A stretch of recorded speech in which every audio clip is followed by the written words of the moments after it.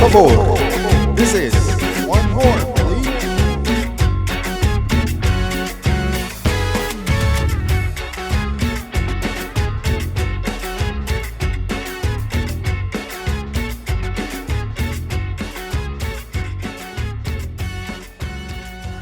Hi, welcome to episodio 43 of Otra, por favor. Otra, por favor. How y'all doing today? Doing good, man. I feel like we've done this before. It's up in a hey, you know, Doctor Strange is gonna come out with a new movie, so the whole multiverse of madness thing. This is where it flies. The new Thor. I saw that new commercial. I'm a Marvel fan, and I'm looking forward to that one. First of all, how are you guys doing today? I'm good. Doing pretty good. Good.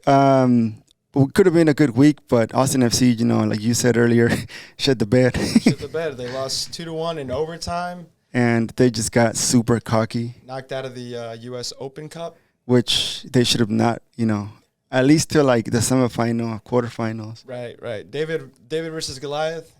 David came with that sling and, oh my God. Yeah, it definitely humbles the team and the fan base, but it's something that we got to take with stride and move on. We learned. Every year it gets better, I think, right? This is only year 2. For sure. Right. Year 2 of FC. AFC. For sure. Yeah. But we're happy now to be joined by Daniel Hinojosa, owner and founder of Lift ATX, East Side Community Gym here local to Austin, Texas, doing his thing and booming. And I can't wait to get into your story, man. Welcome to the podcast. Yeah, and for me, it's, you know, I appreciate you coming. You're the man with the concept that became a reality. And then you talked about onions and peeling the onions. Yes. So, I appreciate you having me. And I appreciate y'all having me as a guest. You know, I'm blessed with the gym that we started there in the heart of the East Side, and I love talking about it. So nice. Thank you for the platform. And before we get started on the gym, we want to get to know you more. We want to get to know you as a person, where you're from originally. So can you let us know where you're from and when did you move to Austin? Yeah, I was born and raised South Texas, Corpus Christi, Texas. Single parent home, raised by my mom, my grandma, my great grandma, my aunt. It was a full house, rough neighborhood, poorest neighborhood in Corpus Christi. But I didn't know that we were poor. You know what I mean? There was a lot of love in the house. Filled with love. Even my mom sacrificed to provide everything for me, my brother, my sister. You don't really realize that stuff until you get older. Mm-hmm. But it came from a house of love. And as soon as I graduated high school, I went to Moody High School in Corpus, played baseball there, and like that was involved in sports my whole life.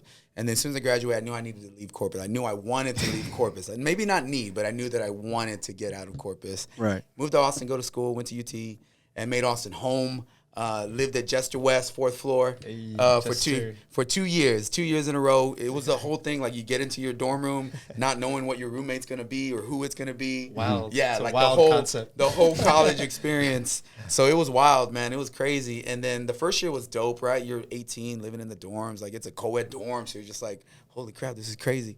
Study and not worry about partying or anything like that. Oh, man, I did a fair share of partying. I was a terrible college student. Yeah, same here, man. Unfortunately, man, I was a terrible college student. And I'm a smart guy. Like, I did well in high school, but fuck. But so, like, after the first year was fun, you know, and then the second year I was over because I stayed in the same room. Mm-hmm. The second year, I was like, I'm done. So then I moved.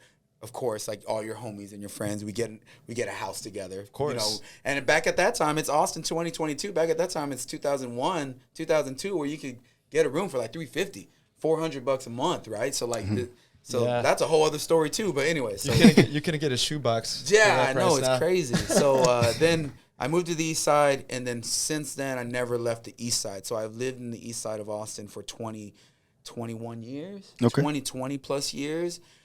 It's the only community I know in Austin. It's the only community that I kind of fuck with in Austin. Don't worry, I love Austin as a whole. It's a beautiful city. It's changed. It's changed a lot. Mm-hmm. And I've lived in Austin longer than I lived in Corpus, obviously. But yeah, so I knew that Lift ATX needed to be in East Austin. I wanted it to be, no matter how much we needed to sacrifice, it needed to be there. And now we're here. And yeah, that's a little bit of me, I guess, where I'm from. Yeah. Nice. How like the neighborhood you grew up in Corpus. So you moved to Austin in college. Yeah. And then in Corpus, how How was that like for you growing up there? I know like eventually you wanted to get out of there, but Yeah. for you, like what was your experience? No, I grew up in the west side of Corpus Christi, Texas, which is the more poor side of definitely a more poor side of Corpus. But I didn't realize we were poor. Like I didn't realize that my parents sacrificed every nickel and dime to provide everything for me, my brother, my sister, and my cousins and my nephews. Growing up as a single parent home, in a single parent home, dad wasn't in the picture. Like he just wasn't for me. So like grandpa stepped in. I had Theos that stepped in, and they did a great job. So like there was a lot of love in my house.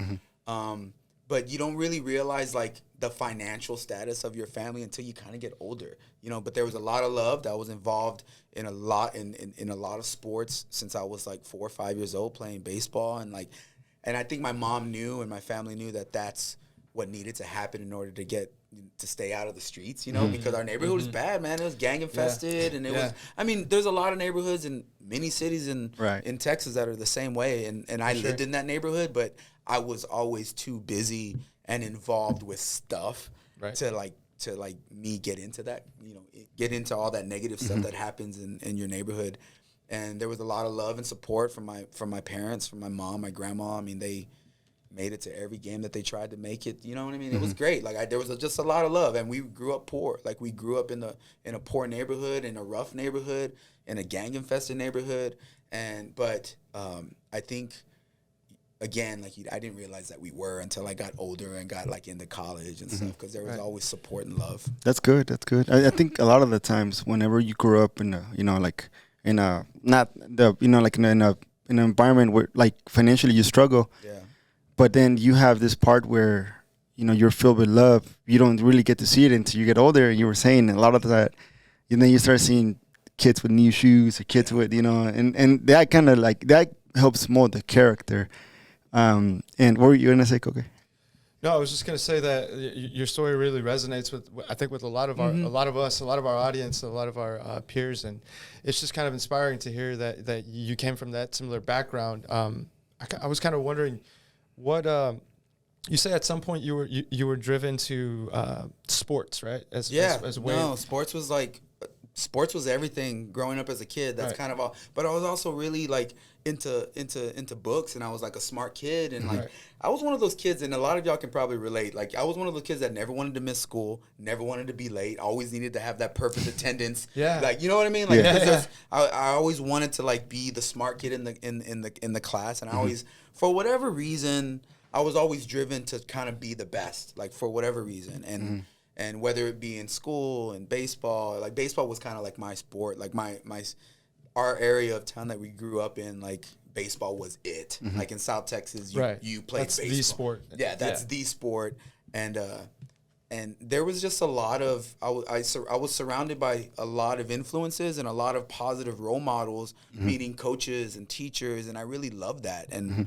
And that really shaped a lot of sort of like my attitude and my drive and like to just like do better. You know what I mean? You say that at one point you knew you needed to move out, to go somewhere else. What was that push, or what made you realize that? Yeah, no, that's a very good question. I think I got to a point when you're like in high school, I mean, you're 16, 17, 18, you're getting ready to graduate, you're getting like, you just kind of get this idea of like wanting to see what is outside your city. Like, and a lot of people don't have that. A lot of people are completely fine and safe living in their little bubble and never, I mean, I also taught here in Austin for 20 years. So I taught middle school, high school, and coached for 20 years. And there's students that I've taught for years and years that don't know that we have a beautiful town lake, that don't know that we have these amazing, beautiful areas in the city because they're just stuck. Or they have nobody to show them and expose them to those things. So like at a very young age, like I just knew that I was like, I've seen enough of this city. Like if I really want to better myself, if I really want to, and I also always like, I had big goals of wanting to like do something really big with my life. And I was like, I don't think my city's going to be able to offer that to me. And I don't want to, I'm not like knocking on any of my homies from that back town, but I was like, I want to make new friends and I want to like see what's out there. Right. And at that time, I visited UT a few times, and like one of the things that, and remember, this is the early 2000s. Things have changed a little bit. But visiting the UT campus, I really liked the diversity of it. Like, it was a big culture shock, and it was a little bit scary because all of a sudden you're just like surrounded by all these different cultures and people from different backgrounds, and I really liked that. It was terrifying, but also very, very, very, very cool to like, and like, I don't know, it was just time to make a move. I just kind of knew that like I was gonna end up in the same rut if I would have stayed there. Yeah, you know. Nah. I owe a lot to like my views and my morals and my beliefs to like leaving, like, you know, like living in Austin for so long really shaped a lot of my views and a lot of my personality traits that I hold dear to my heart. That's good. Yeah. I have a similar. So I was born in Mexico City, and then Beautiful city. It's one of my favorite places to go. there we go. Yeah, man, seriously. And then we ended up going to California, and then from California went back to Mexico and moved to Galveston. And you go, like, I'm a teenager, and I go from the biggest city the second biggest city in the world, or, you know, one of the biggest cities in the world, to Galveston. Coast town. And it was, for me, it was like a culture shock. Yeah. I was just like, man, this is it. Like, it's a small island. There's not enough. So during high school, I was like, you know what? I'm gonna focus on school. Graduate from high school because I already had repeated like 9th grade 3 times. So right. and a lot of it was just like stuff that happened like my family and stuff. So a lot of it was just like, all right, I'm gonna go to Texas, finish high school, and then after that I'm gonna graduate and go to college. Like, for me, that was it. And like, and if I go to college, then for sure I'm gonna push myself to get out of Galveston by doing that. So my plan was like, okay, just focus on high school. And then after that, I graduated from high school. I started going to like the community college there, and then after that, like, you know what? Okay, now you have to go transfer to university. So for me, the only access I would have was just the University of Houston Clear Lake, but I knew I wanted to do that. So before I transferred, I would go every weekend and just drive to Houston. Used to go have like lunch or dinner or whatever, for Houston, and then come back. Second home. Yeah, so I would say like I had something similar where for me, education and seeing something more than just like, there's nothing wrong with living in Galveston, but I knew that was in it for me. Yeah, I needed more, man. I needed more exposure to just the world, I think. What your story reminds me of something. So like, you know, I was a really good high school student. I was a really smart kid. Like, growing up, elementary, middle school, I was, you know, top 10 type stuff, you know, like I was the one that my mom never needed to worry about, right? Like, nice. I brought, you know, peace to them, you know, like straight A's, all that stuff. And when you're like your sophomore, junior year, you're starting to get that seed planted about college, right? About what are you going to do after high school? And I just thought that like it was going to happen. Like, you just go to college. Like, I'm kind of clueless as to how you're going to get there, but like that's just something that you did. Like, you graduate and you go to college. And I'll never forget this. Like, my senior year, you know, all these amazing things are happening to me. I'm getting ready. I'm trying to pick like what school I'm going to go to, and like I'm looking at going to college visits. And then I'll never forget this. My mom pulls me aside like just one day, and she's like, "Mijo, like we don't have any savings for your college." Right. Like, it was that kind of conversation, because I just kind of assumed that like, all right, this just happens. Yeah. Like, it's the next step after high school. Not ever taking into account like the finances of it. Never, ever. And then I remember that conversation, and she was like, "Mijo, like we got to figure out a way." But she always said, "We'll figure out a way." Like, we'll figure out a way. That's what she would always tell me. We'll make sacrifices. We'll figure out a way. But I remember that conversation because she was like, "You need to start looking into as many scholarships as you can." And financial aid. That was good advice. And what's funny about like that process, and it reminds me, is like when you start to fill out your financial aid form, it asks for your parents' income, right? That's like one of the things that it asks for. So I never like, that was just information that you didn't know as a kid, like from my mom being a single parent. She was an x-ray tech or worked at a hospital for 30-something years, right? And like, it was that moment when we started filling out those financial forms, I was like, "Oh shit, Mom, that's how much you're making?" Yeah. Like, what? Like, wow. Like, it just puts a whole different perspective as to like the struggle. And a lot of people don't have any. There's a lot of people in this world that have no idea what that struggle is, or have no clue as to what it's like to really struggle in life. But like, she made it happen, man. Like, she she sacrificed every nickel and dime, and we put shit on leeway every fucking summer to get me school. You know what I mean? Like, but at that time, we didn't think anything of it because it was just all love. It was all support. Kudos to your mom. Yeah, props to your family. And speaking of Mother's Day's coming up, so it's coming up. Dude, your story really touches home to me, man. Because I was born and raised in Houston, Texas, and I went to UT as well. And that high school to college transition. Coming from Houston was a little bit different for me because I came to UT in 2009, and when I got to UT, coming from Houston, I felt like I left a very, very diverse place and came to like a place that was more white. Yes. No. I agree. Maybe it was my college too because I went to the School of Architecture and it was like I was one of the only brown kids there, but it was just wild to think of like.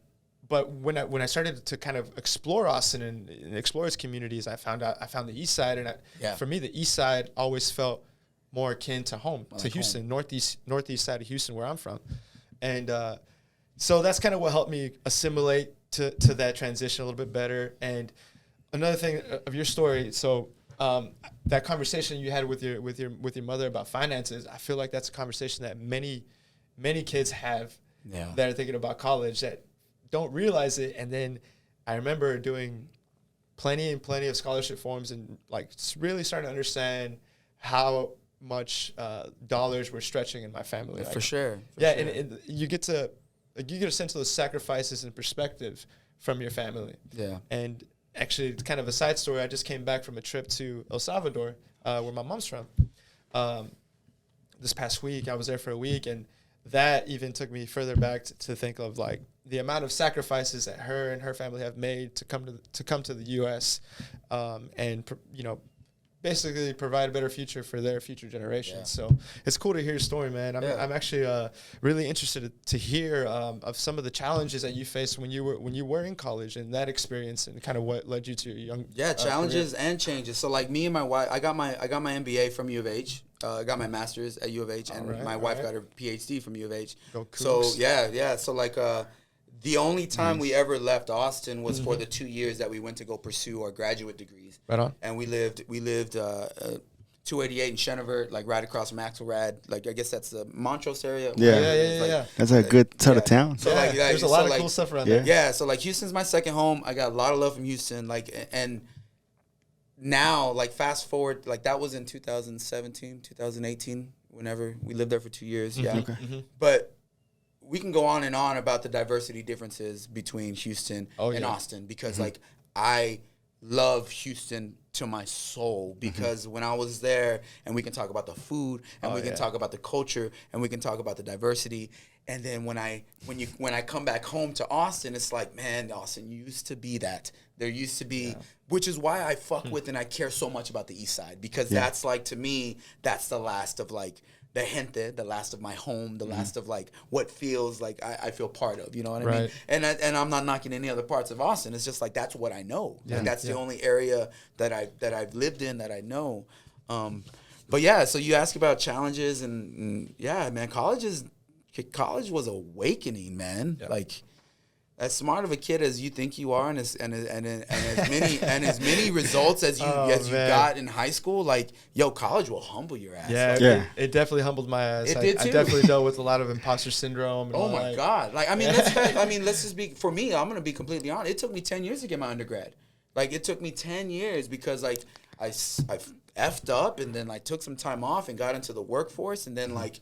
You get caught up in working and making money that you start to neglect education. And then it took like my wife and like my mentors to be like, all right, it's time for you to finish. It's time for you to finish. You're going to hit a glass ceiling and you're not going to be able to make X amount more money. It's like you got to step it up. So in those 10 years, did you ever switch careers or was it just the same? Yeah, no. So like, interesting what happened. So like I said, I was in education for 20 something years and my first educational job was with AmeriCorps. I don't know if y'all have ever heard of it. AmeriCorps basically places college students in different campuses that are of need, and they basically you help students that are the most in need, right? So that was like my first sort of foot in the door of education, and I found that I loved it, and I found that it was easy for me, like working with students. And then from there, I joined a Latino organization at UT. Shout out OD5, Omega Delta Phi. Hey, shout out OD5. So like, and between between that organization, you get to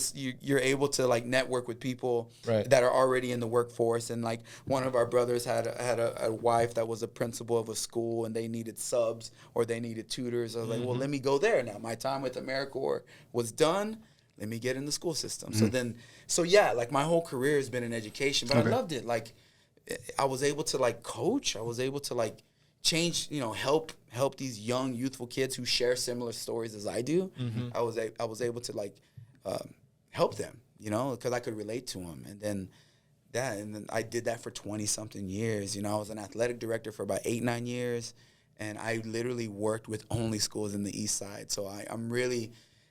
If you don't know what my gym's like, it's a very community-driven gym. Like I'm a community person first versus like the gym owner, and I'm not your typical gym owner. Like I'm just not, because I put the priority in the community that I serve, meaning like the area that the gym is located, like not just the community within the gym, but where we're located, like the services that we're providing for our community, and that's always been a priority for me, always, and it will continue to be a priority for me, because I don't want the East Austin to be completely gone. Yeah.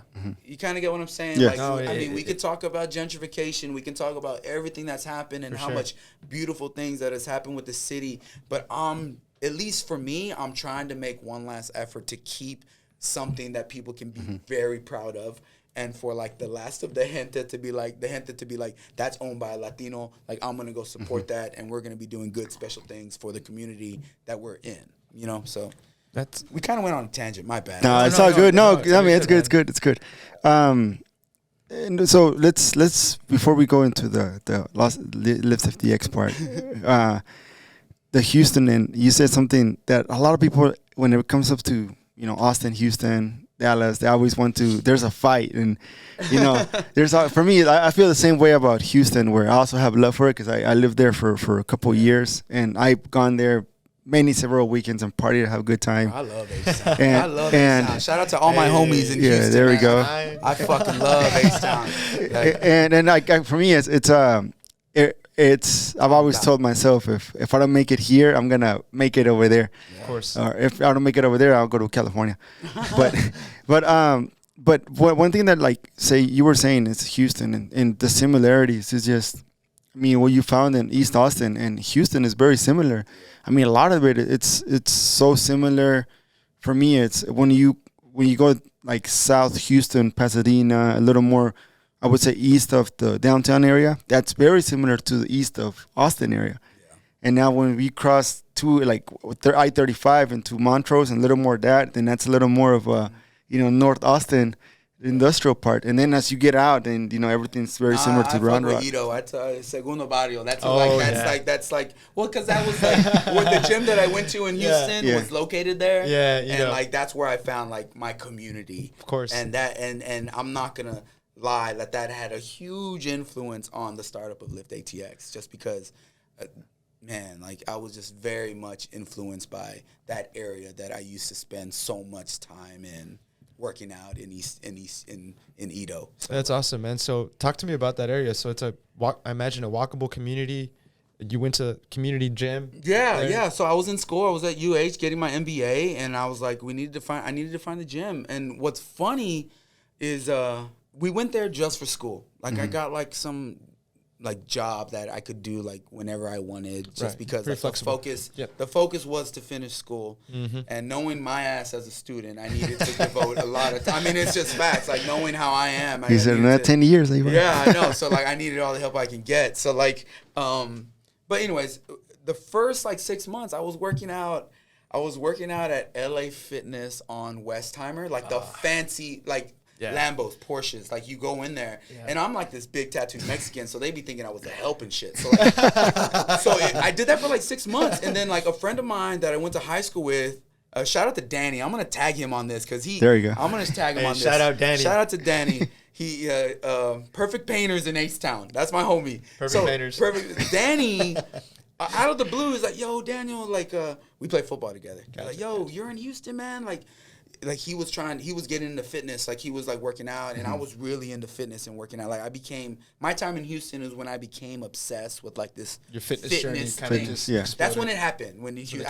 I'd always like worked out, and I've always was an athlete, but in regards to like fitness and health, that's when it happened in Houston. I literally was obsessed because I had time to commit myself to it, and then I just had the other time it was spent in school. Anyway, Danny texted me, "Yo, you're in Houston, man." Like he's been living there forever, and he was like, "Yo, I see you working out all the time. Like I want to work out with you." I was like, "Yo, come to LA Fitness. I'll get you your day pass, whatever." And he did that like twice, right? And it was just bougie. It was probably the most bougiest. You were like, it's some bullshit. Yeah, look at this. What you look like? It's just, but it was dope. I mean, they had everything that a gym needs. Like it was just a fucking different vibe. Right. And then he tells me after like the second workout I do with him, he's like, "Yo, I want you to come to my gym. Like, come to my gym that I go to." I was like, "All right, cool. Like, I'm new to Houston. Yeah, I'll fuck with it. Let's go." He's like, and then we meet up. He's like, "All right, come to my gym. All right, cool." We meet up. He's like, and shout out to Be Fit.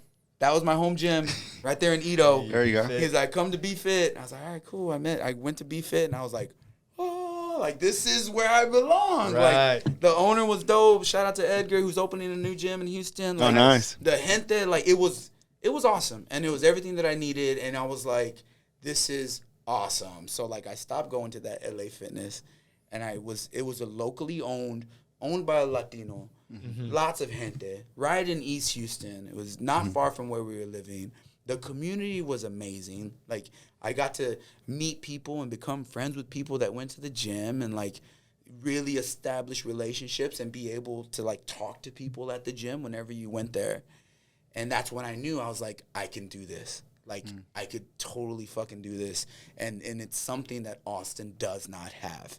Like in the way that I see it, like in my vision. Yeah, I agree for sure. Yeah. Or they all have it, but like it's unknown parts too. Yeah, and especially it's something when I was thinking about it, it's like Austin needs this. East Austin needs this. Like, and I can do it. Like I can totally do it. So like shout out to Ace Town.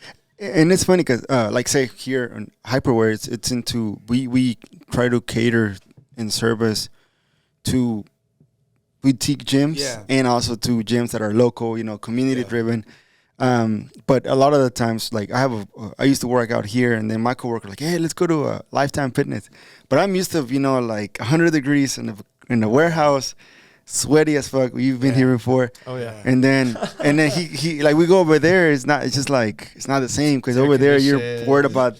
Every gym. Clean. Yeah, it's like I need to walk out with like some breast and like something, dude. Yeah, and that's what I like. Like I think like every gym has a vibe. Every gym has every gym has their own lane. Every gym like caters to X amount of like the different types of clientele. Like and it's all dope. It's all awesome. It's all and at the end of the day, it's everybody's there. Everybody's there to work on goals and work on their fitness and health. But for like me, like I'm like you, it's like I need some shit that's a little grimy, a little dirty. I want it like not like crazy dirty, but like grimy, like old school. Grimy, old school. Yeah, that old pushes school. Yes, that, man. that like sweaty, hot, and like my gym is everything. It's hot as fuck. It's cold as fuck in the winter. But that's like there's no in between. Like there's never the way I see it. Like there's no in between. Either you fuck with it and you love it, or you don't. Right. And like you need your LA Fit. You need those bougie boutiques. It's an ecosystem. Yes. It's an ecosystem of gyms, right? Yes, man. Like, and everybody has a role, and everybody plays their part, and it all just works.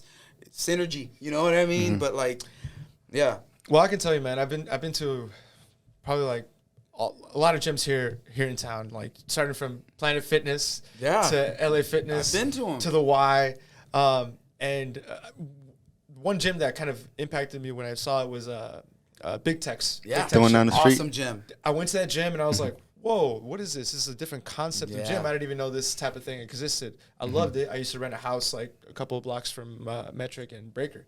So it worked out. Later I moved. I moved further up north, and a good friend of mine, also OD5, goes to your gym. What? Uzi. Oh, Uzi, yes. He's like one of my best friends. What? Yeah, like literally he was in my wedding. Like, my God, dude. Small world, Yeah, bro. yeah. That's like, this is what happens, man. I'm telling you. Yeah. I've met so many people that are just connected to the. You know Cisco? I know Cisco. Oh, Yes, yeah, it's my boy. Cisco's a Bro, good friend. that's So, awesome. Shout out to Cisco. Uzi's like posting this gym, and Me then debe $50 el vato. No, I saw Izzy posting it too, his roommate or housemate, and like, You know Izzy too? Yeah. Izzy. Bro, this is crazy. Oh my God, what a small world. So they were like, dude, you got to come through. So yeah, I started going to Lift ATX, and when I walked in, I was like, it blew my mind, dude. Like the music, the art, the way that people just greet you there, and you feel like welcomed. I've never experienced in any gym format. Oh, And it was man. wild. And you look up, you see all the flags, the representation. You see flags that you just really care about.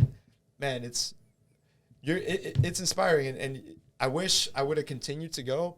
For me, it was more of a thing of like, damn it, I live so far up north. It's Cedar Park. And I commute. And that's okay. And it's That's tough, okay. man. Yeah. But the times that I went are fucking special. And people would see my pictures and they'd be like, what gym is that? Where are you? Yeah. I want to go there. And my little brother started going there. Fernando, also a Longhorn.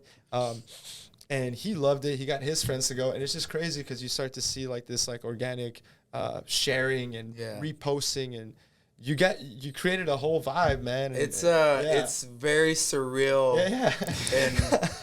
And I'm gonna I'll always say this, like what the gym has sort of like become, and I'm also a very humble man, but like what it turned into was unplanned. Yeah.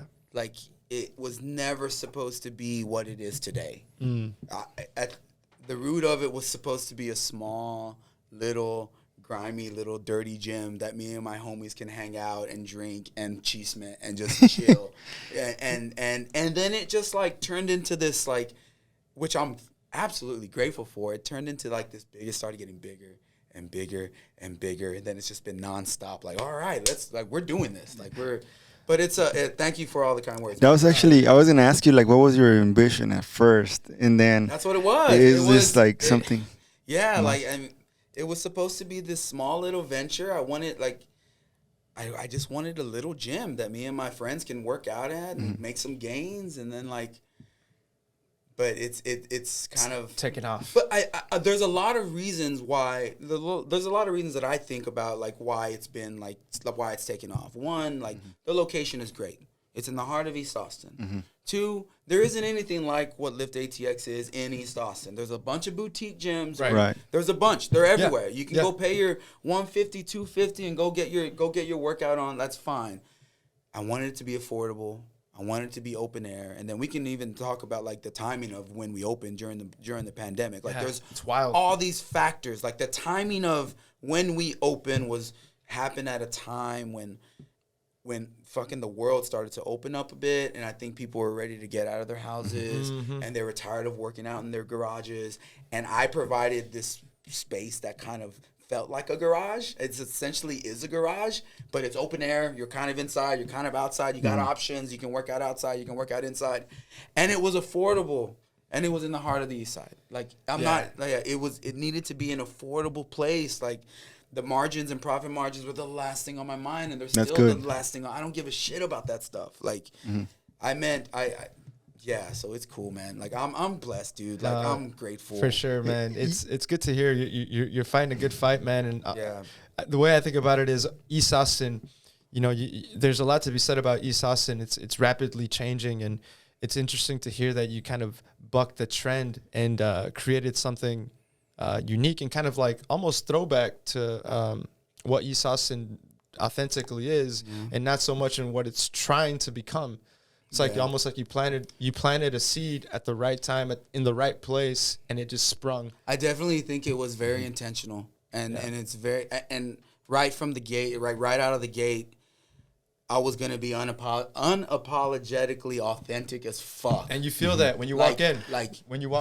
There was no excuses for me, and like one of the aspects, like the flags, they're beautiful, and they were given to me they were given to me. Nice. Yeah. And like any flag that is given to me, I'll try and find room for, because representation is important, and it plays a role in going into a place. It's just a flag, right? But to somebody who like gave it to you, it means a lot.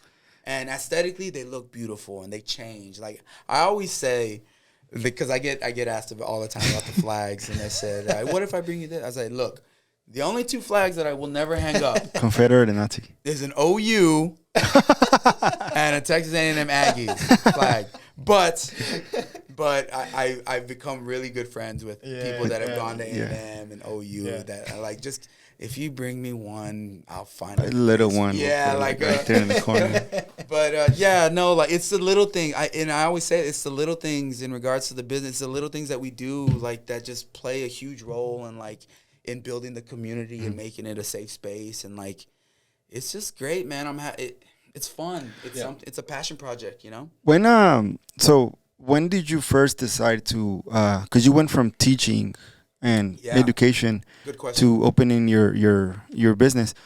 When did you decide to make that transition?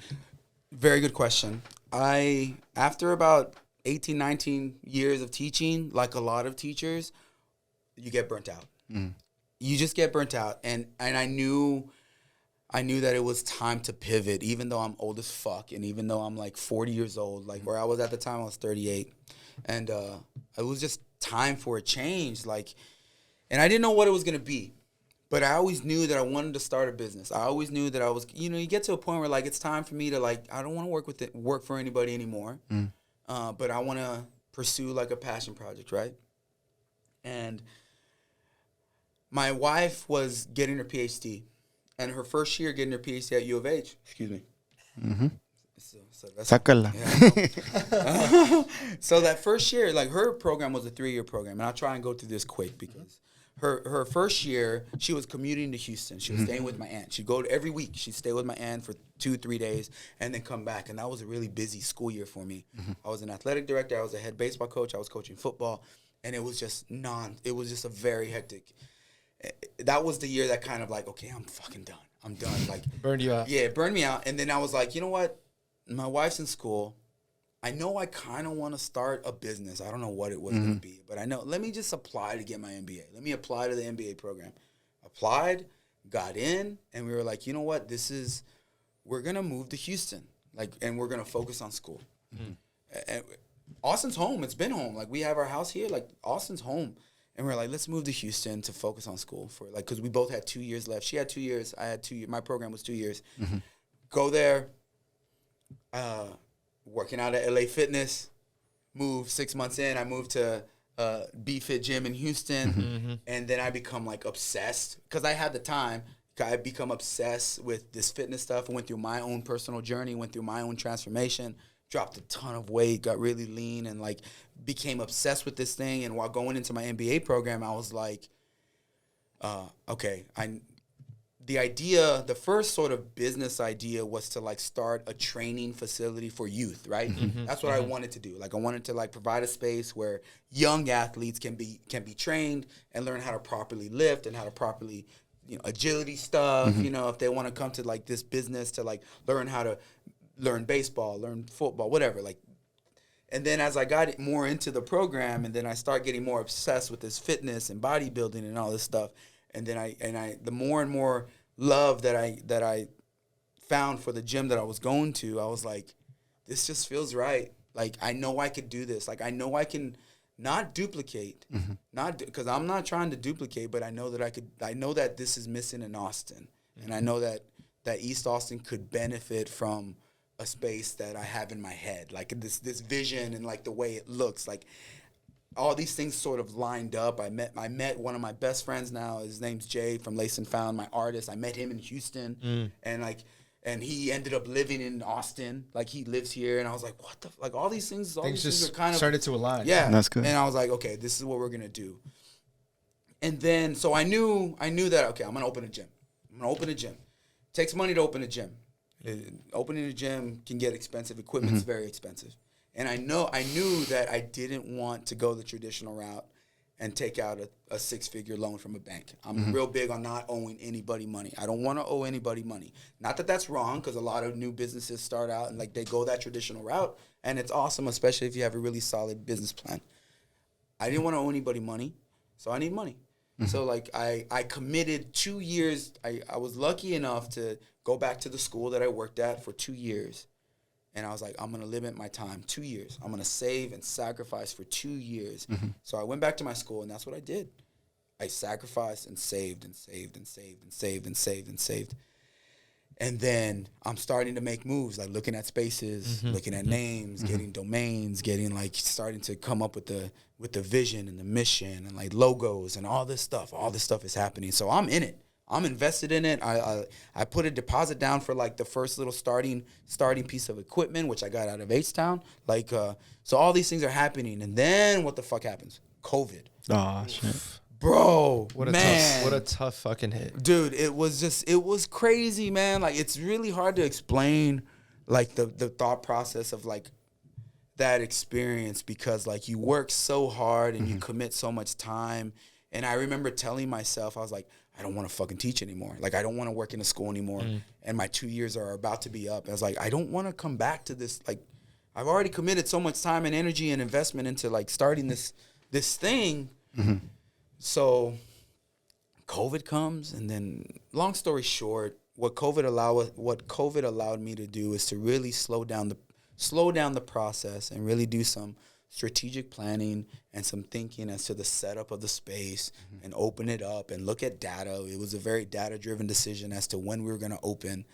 And that's what we did. Like the U.S. started opening up things and based on percentages of capacity. And I was like, September looks like a good time that we can do like an opening. September 2020? September 2020. So like, and it was crazy, man. Like we could talk for hours about the gym being open during a pandemic because there was a lot of obstacles and there was a lot of challenges. And like, but you know what? Like, we survived and we went through it and we thrived and we grew and we never stopped growing. So I like to look, even though like during that time there was a lot of negative things that happened, a lot, you know, in the society that we live in, everybody's got an opinion. Yeah. Everybody's an expert. Everybody's allowed to give their opinion. So there was a lot of things that I personally had to deal with that a lot of people outside of my support system never had to deal with, especially like we can go on and on about social media.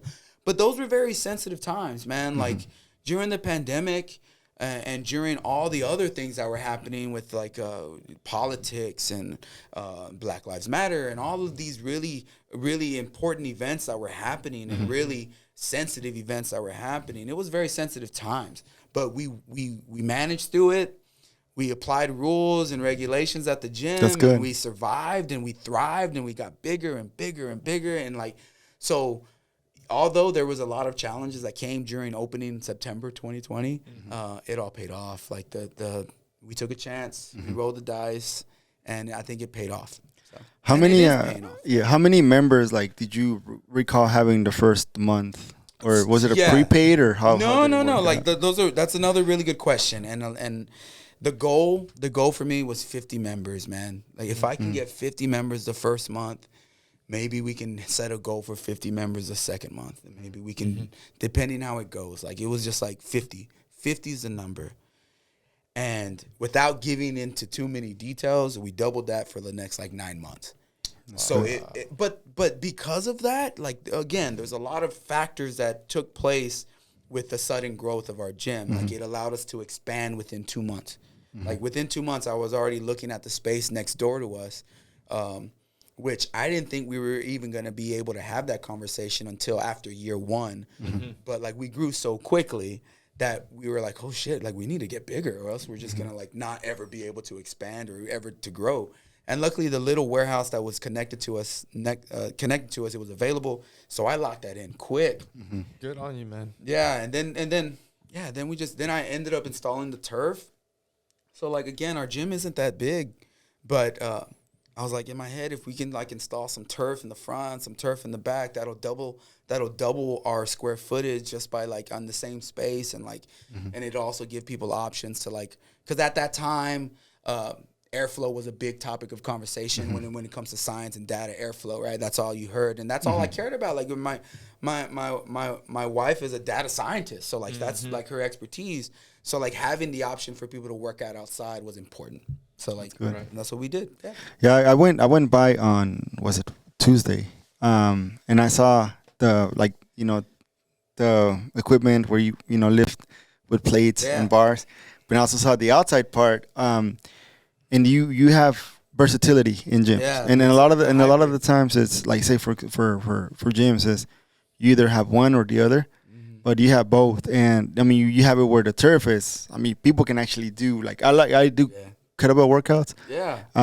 So it's good because I did see some people like doing that, and I'm like, man, that's good because you're catering not just to one particular segment. Absolutely. Absolutely. Yeah. Like I think it was important for me to like be able to provide something for every athlete, in a beginner, somebody who's never been in the gym, to the seasoned bodybuilder, to the seasoned powerlifter, to like, and I think the way the gym is set up and the kind of equipment that we have, even though we might be a little small, like it serves that purpose of being a really good hybrid of like you can work out outside. We got kettlebells. We got if you want to do powerlifting, we got powerlifting. If you want to dedicate your time to bodybuilding, we've got everything that you need to bodybuild.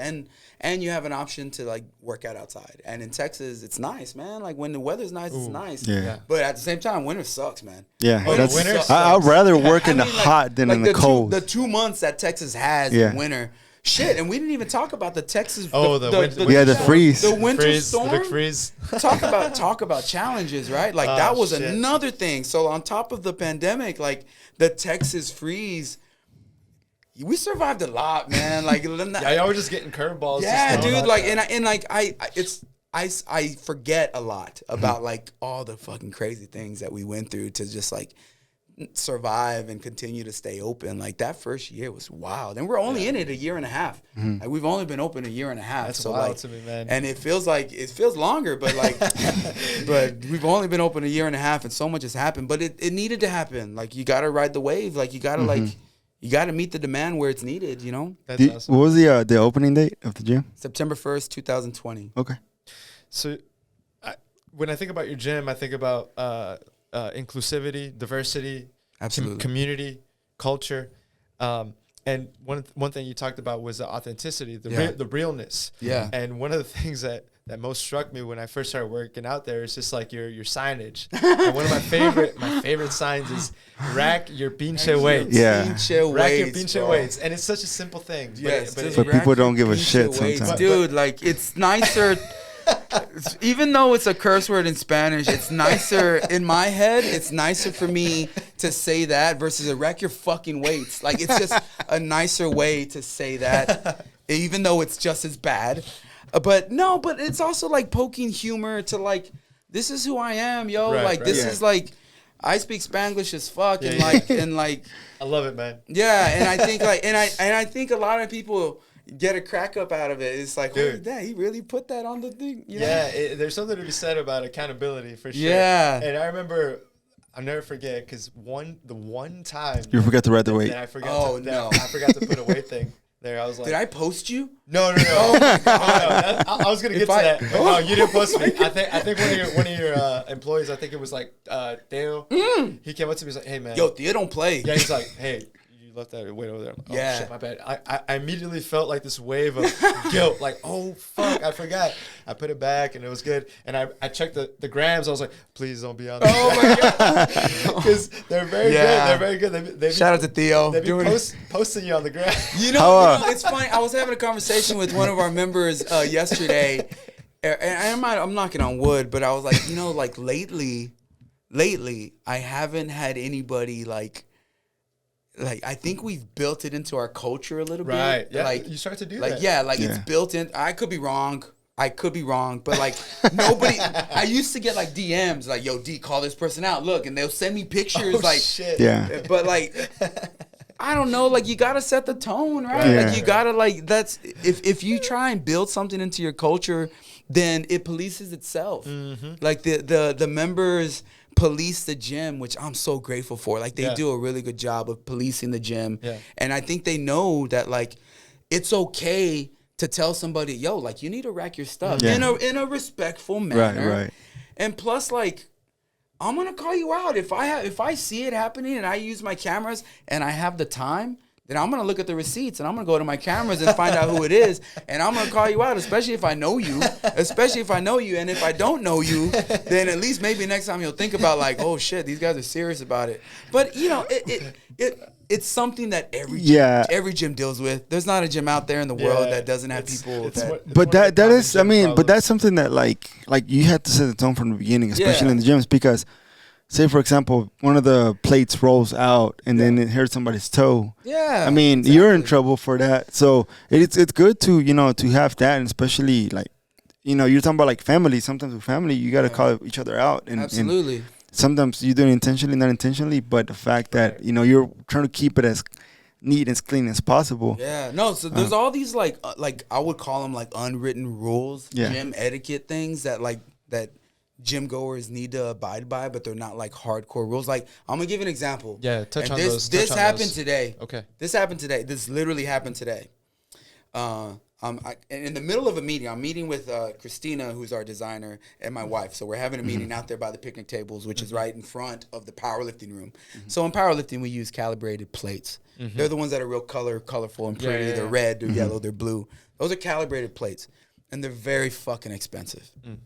There's signs in my gym that say SBD only, squat, bench, and deadlift only. Like, because powerlifters use it. That's all that they're made for, and they're very expensive. So there was a guy today, and this is y'all getting the exclusive, because like there's a guy today. He was on a deadlift platform.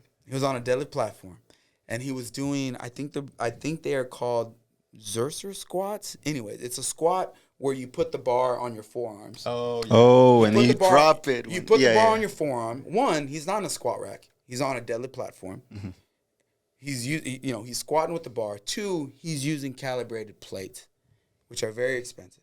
And I'm like, okay, so he's got them like this. Either he's gonna muscle it nicely on the floor. They're also calibrated plates aren't meant to be dropped. They're not meant to be dropped like that. So this guy's holding it, doing a squat, and he's struggling, and he's doing good. He's killing it. And then I'm looking at him like, this guy's going to drop the fucking bar. No. How can you see your reaction? You saw it in slow motion. Like the meeting just started, and we were talking, and then I look up, and they're like, Love? My wife's like, Love? And I'm like, he's going to drop the shit. So he dropped it from full standing, calibrated plates. They're not bumper plates, man. So, dude, shame on you. That's just oh man, like that was. But these are like some of those unwritten rules, which And if you don't know, you don't know, and a lot of people don't know. So, like as a business owner, you try and create like platforms, and you try your very best to provide knowledge to everybody. But for me, if the sign is there, dude, dude, like that's the one thing. If the sign is there, it's like just dude, that hurt my heart, dude. I would have hurt my heart too. It hurt my heart. I was like, oh, dude, it was bad. He was like, dude, I didn't know. I'm sorry. It's like, bro, if you're gonna buy me another plate set, then you can do it all day. But like these things are expensive. Look at the sign, like.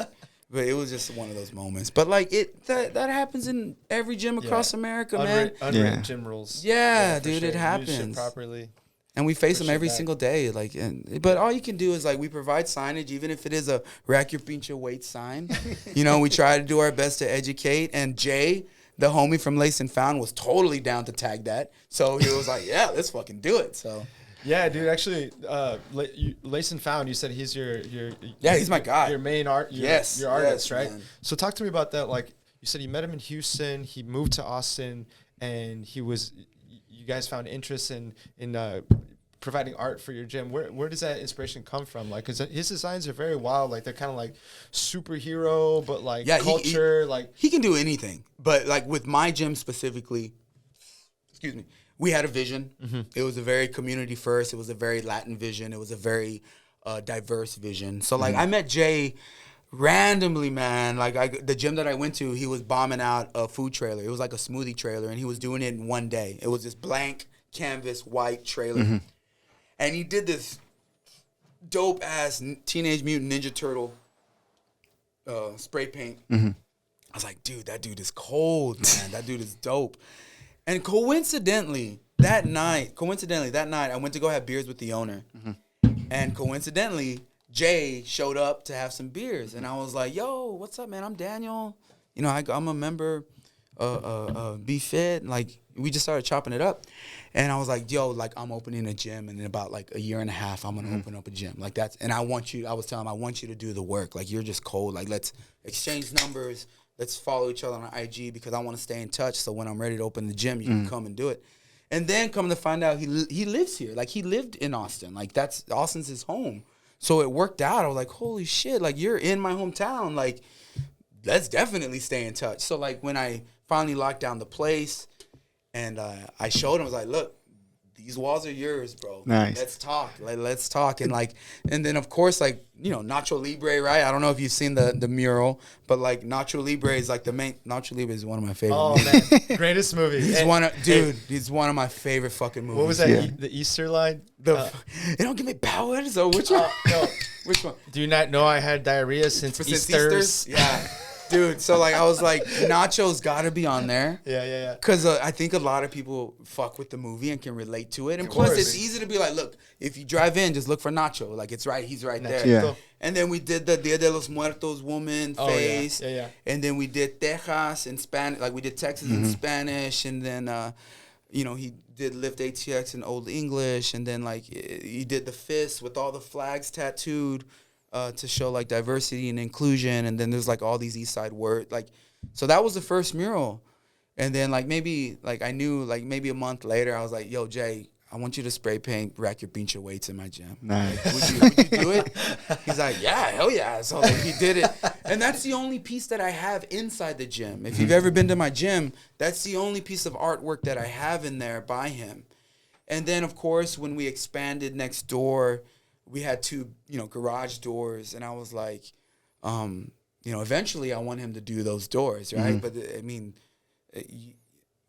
it took some time, right? It took some time. Yeah. So we opened up, and we were finally in a position to like be like, yo, Jay, like these doors are yours, and he was like, let's talk more about like what we want. Then we got the lowrider, then we got the chola girl, and then we've got with the big gold hoop earrings, and then we've got the Aztec warrior. Yeah. So like it's very, I mean, it's authentic, man. It's like, this is who I am. This is who you fuck with. This is like, it's owned by me. You know what I'm saying? And like, that's good. And the aesthetics of it is like, okay, like I get it now. And then the side on the turf, he did another mural. This one was really just like simple because like it had a fence and it was an eyesore. Everything was that was behind the fence it just looked terrible. So me and my cousin were like, let's just put up wood. And I called up Jay from Lace and Found. I was like, Jay, you have a blank canvas, bro. Do whatever you want. And that he was like, for real? The mural when you walk is on the far left side. Yeah, it's the one with Bart Simpson, the She-Hulk, the Wolverine. Okay. That was badass. And the wolf. There's a wolf. There's like a wolf. And what was cool about that one is just like I provided a picture of it. Yeah, I provided a blank. I was like, Jay, you can do whatever you want. Just have fun. Yeah, and he loved that. Like awesome. Artists love that. Oh, idea. of course. I was like, dude, do whatever you want. So I had no idea what he was gonna do, and he did that shit. Him and Ricky. You know, I'm talking about Jay and Jay, but part of his team is also Ricky, his wife. So shout out to Ricky and Jay from Lace and Found. Like that was, he got so excited about just having this big wall to do whatever the hell he wanted. And he did Homer Simpson with the donut. He did Wolverine. He did She-Hulk. He did the wolf. Like, I mean, dude, I'm grateful for him. He's, and I wish like whoever listens to this, if you're ever in the gym, whoever's listening to this, and you take a photo, 9 times out of 10, Jay's work's gonna be behind you. Nice. So like, make sure y'all follow him. Yeah. Make sure y'all follow him. Make sure y'all tag him. It's at Lace and Found. Like he's just like he deserves so much credit for the aesthetics of my gym. And like that's my homie, man. That's my dog. So now that's good because you integrated. My ex coworker and really good friend, and she's guest director. Guest director. She's making sure everything's on time. She's filling in for Los, who's my creative director.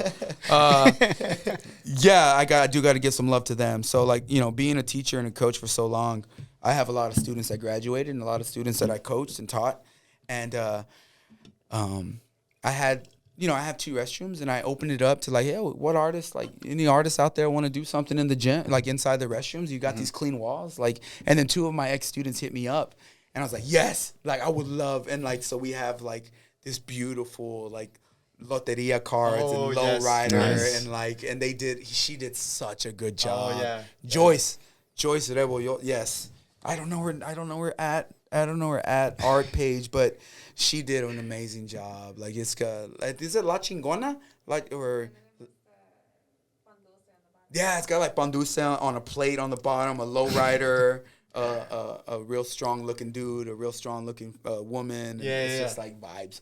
Oh yeah, that the City of Austin backline with the 2 low ride. Like she killed it, man. She killed it. So I'm real big into art, obviously. No, for So, sure. like, And I think your gym in particular resonates obviously with the culture, but also with the times and the fact that, you know, we all have a cell phone in our pockets. We all Right.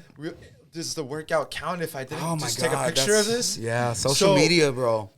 It's kind of a double-edged sword, but the fact that you're surrounded by this beautiful artwork kind of makes it worthwhile because you're like, I got my sweat in, I look good, I feel And good, it's a badass like and backdrop. There's all this beautiful art behind Dude, it. the natural lighting, the art in the gym, like there's just like all these like amazing things that make picture taking. So, like, chef's kiss. Like, I follow. I think her name is Allie, or Allison, Allison. photo. Yeah, Yeah, there we go. yeah, I follow her on Allison Wonderlust.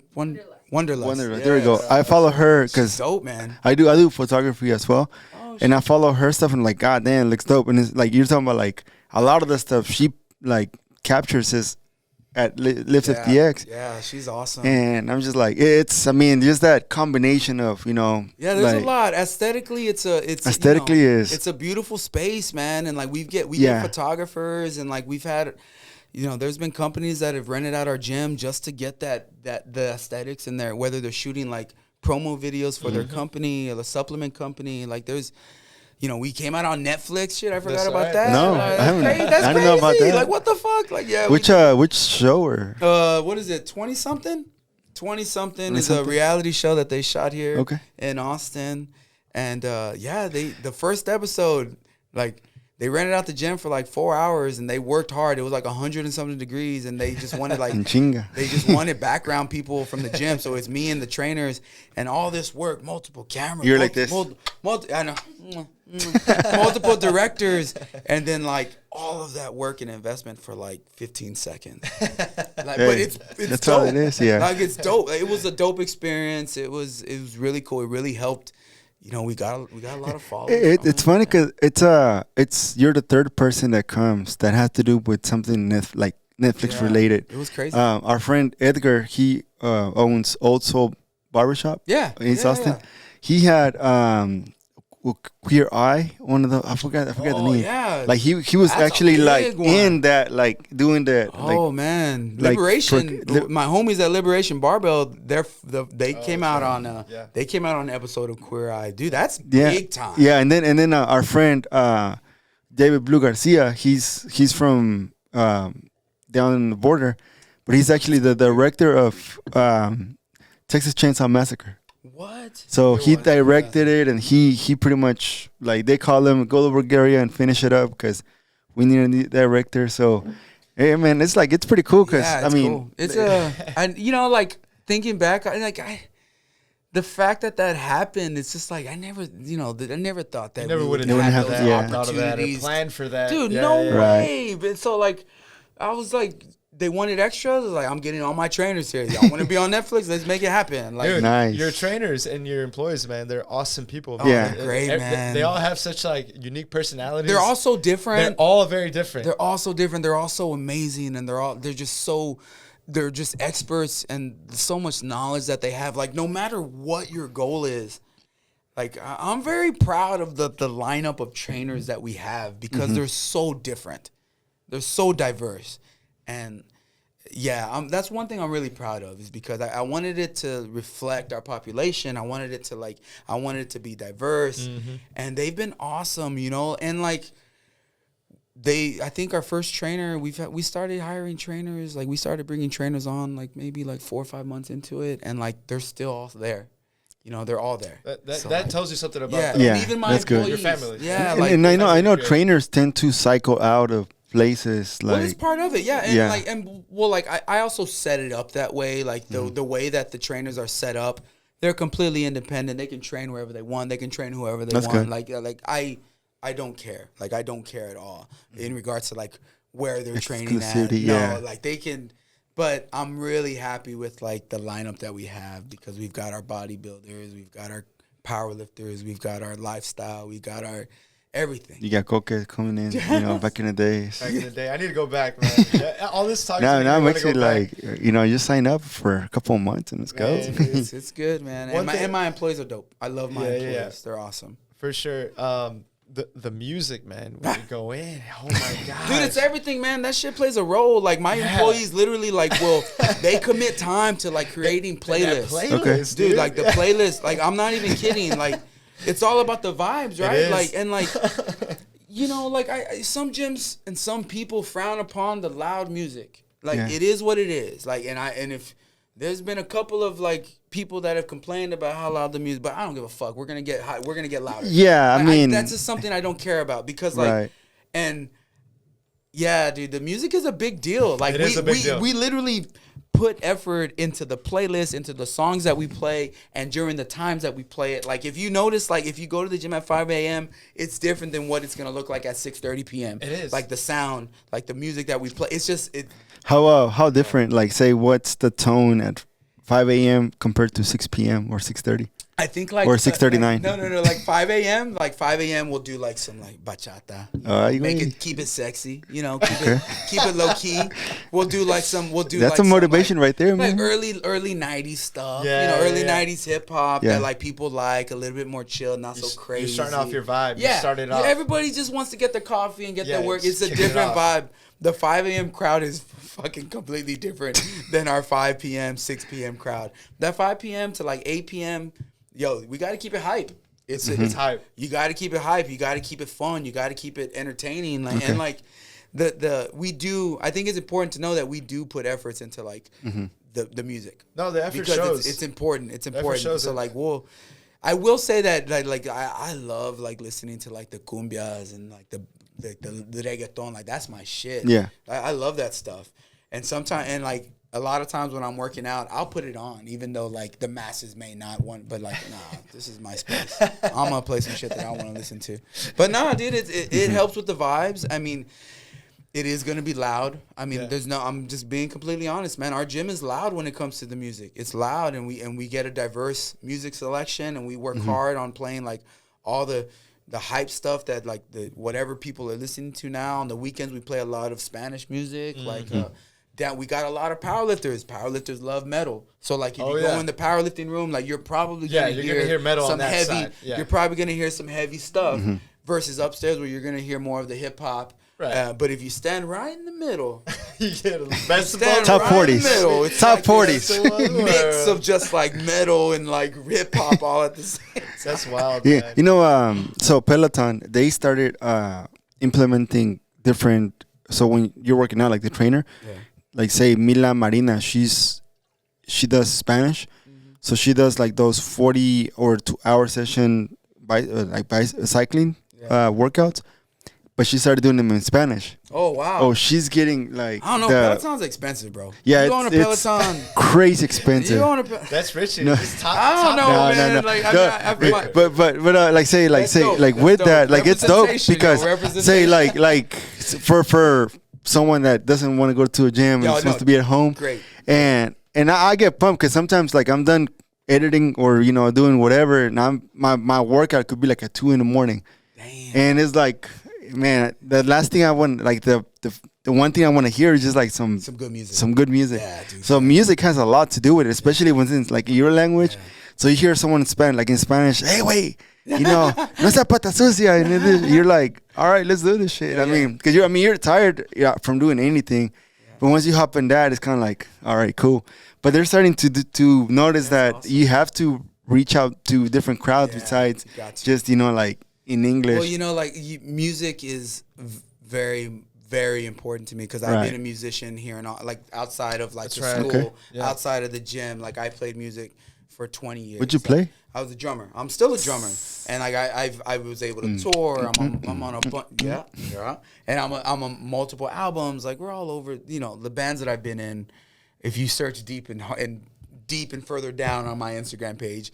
Prior to the gym, it's all music stuff. Really? So music is very important to me, and like that's like one of the things like why I brought in DJs. Like at the very beginning, we'd bring in a DJ, and it was like, just to create vibes. And It's that's a party. why, like, It's a party, man. and that's why we're putting on concerts, because I selfishly wanted to listen to live music, and I have the space for it. So why not we put on some fucking concerts? That's good. I mean, For Latin night, May 7th.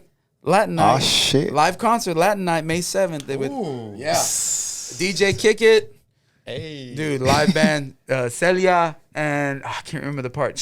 They're a dope band, dude. Oh, Live band. Celia? Yeah. Is that? No. is it it's I'm not not gonna do it like that. Let me get the name. Is it?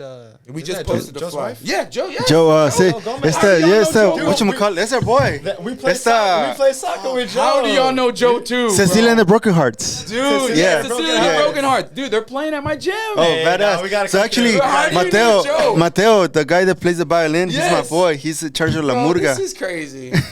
Y'all realize It's a what's small happening? world, Y'all dude. realize what's happening? Like, small fucking world. Yeah. So Joe, we play soccer with him Yeah. every Tuesday and Thursday. I played soccer. We've played soccer with him for maybe What? For 7 years, 8 yeah. years. Yeah, and look, the food catering is from H-Town, bro. Oh, shit. K-Swiss is shit. she's gonna do the food catering. I love it. Yeah, man. May like, so 7th? Okay, it's- no, that dude, is a, May that is a 7th, must. y'all. We That is have- a must 7th. go. We're gonna go. Dude, Yeah. it's gonna be fun. Put that in the DJ calendar Kickins, right she's gonna now. play all of the jams, dude. It's gonna be y'all get dressed nice, wear them boots. I'm tired of seeing y'all in gym clothes. Bring out them cowboy hats. Nah, Hey, it's what's gonna up, be- the ladies, That's bro? cool. That's- What it's time? gonna- What time is it yeah. gonna start? It's BYOB. Okay. DJ starts from 8 to 9. Cecilia. Cecilia and the Broken Cecilia, Hearts. Cecilia. Yeah. The Broken Cecilia, Hearts. their band goes on at 9, and then they're gonna play like 45 minutes, and then we're gonna close out with another hour-long 45-minute set of DJs. So like, there's gonna be a lot of opportunity to dance, and like, it's BYOB, and like, it's just gonna be a vibe. Dude, all this, all these, Dude, all these connections. you're- I know. So Like- here's Why hadn't we? and it was like crazy. say It's crazy. Coca was not the first one that told me like, hey, you should bring in Daniel Hinojosa. Yeah. Cisco's also the one that Oh, like it's my mentioned him a dog, while bro. back, and I was like, hey man, you gotta have Shout out Daniel Cisco. Hinojosa like in your podcast, and I was like, all right, cool. Does Cisco cut y'all's hair too? He cuts mine, but I've been cutting mine lately because like I'm working on some stuff, and Yeah. I learned how to cut my hair during the pandemic, and I literally so I bought the clippers on like for Thanksgiving, like Christmas. That was my gift for myself. Nice. Like nice. I need to learn how to cut my hair because like I like staying clean. You got to. You And for me, it's if I don't cut my hair, like if I don't have a clean hair, I feel like before I came, I had to clean myself up. Dude, it's 'Cause also I look hard to like- like get into Cisco's schedule. Bro. Yeah. Oh, Like, it is. It is. So- it's I hard. saved Cisco for special Yes, occasions. weddings, He cut my hair for my quinceañeras. wedding. Yeah, there you and, go. Like my birthday before that, like Turn you into a special new occasion. man. Yeah. You come out. Come out there like, fuck, you literally feeling yourself. So Like, I told Cisco I'm gonna start like learning how to cut my hair. So I'm gonna Shout come out to to you Cisco. still, but I'm gonna like no, do it's do my definitely thing. like special occasion, like right before you go on a trip. There you go. You go on Yeah, a yeah, wedding. yeah, yeah. Cisco, you gotta hook it up Hook it because you up. literally leave out there like, damn, like Yes. You feel like a new man, and for me, it's like Small world, so though. anytime a haircut or going to a barber, I always think of it like like treat yourself type yeah, of thing. you got to, man, And especially with him. yeah, especially with him, Especially with and I him. know he started his new gig, Yeah. beard brand. Beard so. Brand, yeah, he's over there working at Beard Brand now. We helped him move into that place. Oh, and, shit. Nice. Yeah, and yeah, You picked up shout the out chair to by Odie yourself Fades. and, yeah, alright, but I we got did. this. We helped him move from his old from Salon Lost to the Beard Brand. He called the right people. I know, right? me He and didn't, like a bunch of he didn't call me originally. He I called- know, dude. he called Daniel. You know, because we would have showed up with like a 24 pack. We would have been taking breaks. Nah, man, that's the homie, man. What dude, a small world. that's awesome. Jeez. What so you were talking about like the community and the margins earlier, and Yeah. a lot of people when they think of business, they think of money, Yeah, they and do. sometimes I feel like Love it. that's not the best way to think about it. Costco's doing it right. Yeah, yeah. So what is the charge per month for membership? Oh, that's easy. We keep it simple. I wanted it to make it easy for all the community members or anybody interested in joining the gym. Like, well, we don't do contracts. We don't mess with that. It's easy to cancel. Hopefully, y'all never cancel, but it's easy to cancel. All we need is a message or an email or a text or a call. It's simple. It's $40 a month. It comes out to like $43.30 with tax. There's a one-time $25 sign-up fee. Okay. So like if like the first month would be 73 something. I can't remember off the top of my head. And then it just auto drafts on a credit card or debit card. Again, no contract, no anything. But if you're from Austin, if you're born and raised Austin, if you're a student, if you're a first responder, if you're a veteran, If you're a teacher or anybody in the educational field, we'll waive that activation fee, no problem. Oh, Nice. So like it'll save you $25, and that's just like another way that we kind of give back and show some love to the community. So it's only $40 a month. It comes out to $43.30. It auto drafts. You can sign up online, www.liftatx.com, or you can sign up in the gym, and it literally takes like 3 to 5 minutes to sign up. So either way, there's options for you to sign up. For sure. And we also offer day passes every single day, $10 day passes every single day. Yeah, that's pretty much it. I'm gonna plug this real quick. Go ahead. If you say you saw this, if you watched this, Hey. if you watch this podcast, shoot me a DM. And if you're not a member, or even if anybody, hey, yo, I saw you on this podcast, I'll hook you up with a free day pass. I'll give you a free day pass. Hey. There you go. All right. Now no one has an excuse. Right? Nah, dude. yeah, man, come check it out. Come catch a So, vibe. when I talk about excuses and stuff, I want to get into that. And that's a good plug. You actually had a question, Koke, and it was about it's strengthen community and strength. What does it mean for you? Yeah, man, that means it plays on two different levels. So first, I guess I can talk briefly about how I came up with it. So like I knew that the gym needed to have something. It needed to have a saying. It needed to have some sort of branding that people can sort of remember the gym by, not outside of just Lift ATX. Like it needed Lift ATX something, right? It needed to have something nice, something good. And I'll never forget it, man. I was just thinking, I was like, well, I'm big on community. We're trying to build strength because it's a gym. My priority is serving the community and the members together. You know, I'm hoping that it becomes like this really tight-knit family, right? So like strengthen community. Let's take the first part. So the saying is strengthen community, community, and strength. Strengthen community basically means like we as a community, not the gym community, but we as a whole, as a East Side, Austin, Texas, East Side community can do amazing things when we work together. Again, my gym is a very community-driven gym, and in fact, it's priority. And I always say, like, the gym, the weights, the PRs, the strength, the weight loss, everything, the machines, all of that stuff that you physically see, that's secondary. It's always going to be secondary to me before, after community. So, like, strength and community is just, like, community as a whole, how when we work together and when we put together, like when we're working on something together, we can do amazing things. That's simple. And then community and strength, that's when it comes down to the gym. Like we are a community within the gym and we're all working towards one goal. And that's like more of specific to the fitness part of the gym. So like it's strength and community outside of the gym, the community that we serve, the community that I'm trying to help so much, community and strength, the community within the gym, and how we're all there for one goal and we're all there to support each other. So like, yeah, and it worked out. I was like, strength, community, strength. That kind of works. We're putting that on everything. So. Yeah, it's good because like some people, whenever they think of a gym, they still they feel intimidated. Absolutely. And they feel like, it happens. It happens. Especially with social media. Look, because I get it a lot, especially when we first started. Like I still get DMs and friends or people that are like, man, I want to go to your gym, but they always kind of say like, I need to get in shape before I go to your gym. And the first thing I say is like, look, you can't believe social media. Like you can't believe social media. Just pretty pictures. That's all it is. And like the people that are constantly like making an effort to post on social media about like their physical fitness, that's what they do. That's like, they're bodybuilders. They're powerlifters. Like they care about how they look because they all have the same goal. They're all very goal driven.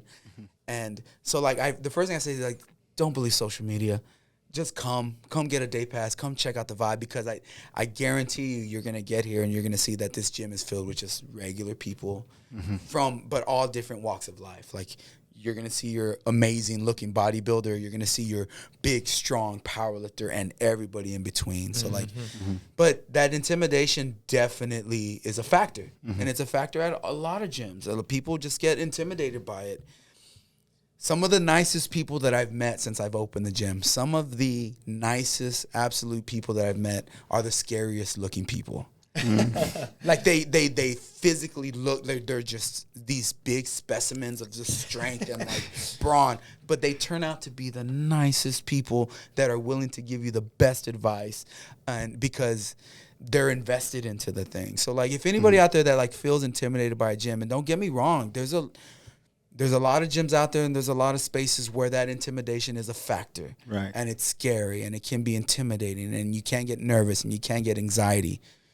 I think one of the things that makes Lift ATX very special is that it's a very welcoming and opening, like a very welcoming place for anybody. And that once you step foot inside the gym, you'll realize like, oh shit, this is dope. Like everybody's kind, everybody's nice, everybody's willing to help you. And of course that exists in many other gyms, but like that intimidation thing, it does happen. And I think a lot of gyms continue to fight that fight of like, how do we make this more of a non-intimidating gym? Like it's an ongoing fight. Like it's never just gonna end all of a sudden. Like gyms are gyms. There's people in there that have big muscles and look scary, and but there's little things that you can do to sort of like take that intimidation factor off. And it's by building community. It's by building, like putting on these events. It's by providing these platforms for people to get to know each other so that they feel safe and they feel connected, and and the ultimate goal is to like feel like some sort of ownership in where they invest their money, right? Like that's like the goal. And the thing is, for when I look at it as like in the Hispanic community, where we're starting to understand the part of working out should be something that it's part of your lifestyle more than just a thing that you want to do just for the gram. There was a question that I read.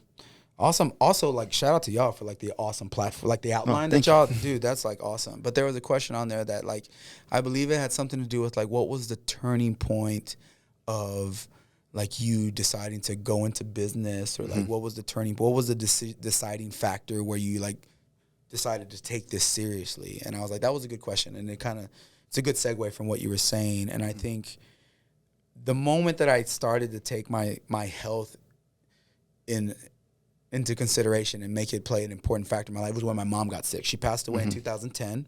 She was a big woman, and she passed away from cancer in 2010.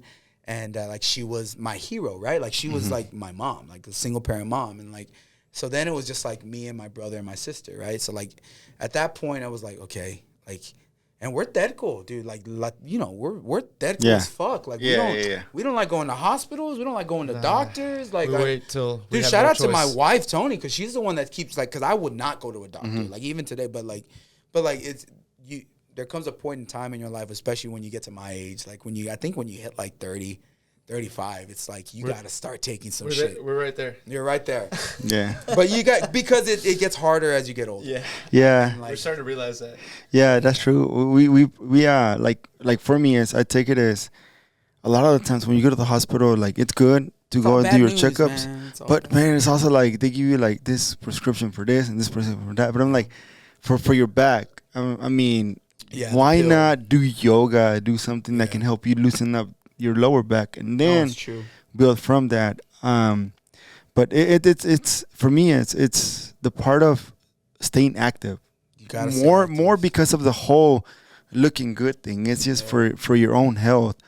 That's huge. I grew fond of staying constantly trying to do something active 5 times a week, because it's not too, oh man, I want to be best looking. I'm not. But the one thing is for me is I feel like now as I'm getting older, my body does feel it. But if I continue to do what I got to do, it plays a huge role, because you avoid all this mobility. We were talking earlier, like say I was dealing with a knee problem for almost 7 months, until a couple of months it started getting better. But a lot of that was just, instead of me taking painkillers or like it was just rehabbing it and knowing more about my body and trying to find ways. Decisions. Yeah, dude. Like it makes me think about like I had high blood pressure for a long time, and I had some pretty when my mom was sick, like I had some pretty bad like anxiety and stuff. So I was taking, like, the doctor prescribed me some pills and stuff. I mean, it was a hard time. it was a hard time when my mom was sick, and like I remember then I was like, these pills make me feel like a zombie. Yeah. And I was like, everything can be switched by just like eating healthier and being more active, and we take that for granted, man. I mean, and I'm also gonna, like, with that being said, depending where you live, like there's a lot of systemic sort of things that are happening. For sure. Like Absolutely. there's all these other factors that we kind of neglect to talk about that sort of lead us to these bad decisions. We can talk about food deserts, which East Austin is definitely a food desert. Yeah. And for those that don't know what a food desert is, it's basically having the option to healthier options of food, right? You go where my gym is located, there's fast food all up and down Airport Boulevard. Well, if you look at Runbreak and Lamar. Yeah, exactly. Same thing. Yeah. So, like, there's all these, like, systemic sort of factors that, like, play into, like, our unhealthy habits in our culture, right? But you're right. Like, a lot of it is just, like, staying active and being active consistently and making smarter choices. You know, like, we can talk about, like, you know, we're sipping on beer here, but, like, it's all about like, doing it responsible. Doing it in moderation. Moderation. For sure. Yeah. Un seis is moderation. No, Richie, you were talking about the problems you were going through with your knees, and you know, with our aging bodies, and you know, it's suffering in a way. The life is a lot of joy, but it's also a lot of suffering. And, right. And hearing your story about your mother, the loss of your mother in 2010, that must have been really hard for you, and you must have gone through you and your family went through a lot of suffering, but kind of like. Just finding meaning in that suffering, you know. Yeah, what I mean? no, absolutely. I mean, finding a goal, finding a purpose through that suffering is kind of the silver lining in that. Yeah, my mom, losing my mom was a big deal because she was my hero. But I see a lot of me. I have a lot of traits that I can think about my mom that were in her, and through that you keep her alive. Yeah, absolutely. Yeah. And like, she was the nicest person. I'm a very nice guy. Like, I mean. It was definitely a blow to the family, but like we're very much similar in personalities. So like she was the nicest person, you know, president of PTA, president of like the Little League, and like just, and as a single mom, like she always said, "Mijo, we'll find a way. We'll find a way." So like I definitely have a lot of her drive in regard and how like she treats people. She's the nicest woman she was the nicest woman in the world to a fault, right? Like to a fault. Like, and what I mean by that is like me personally, I'm real quick to admit that like I give everybody 3, 4, 5 chances. Like, and that can be to a fault sometimes. It's like, yo, that's enough. Like but it is what it is, you know. Like I'm glad to hear that, the fact that, you know, like everything that happened to you turned that into, you know, rocks. When life throws you rocks, you can either take it as like, oh man, I'm hurt, or like, all right, cool, I'm hurt, but I'm gonna build a castle with it, and that's what you did. Yeah, no, it's she would be proud.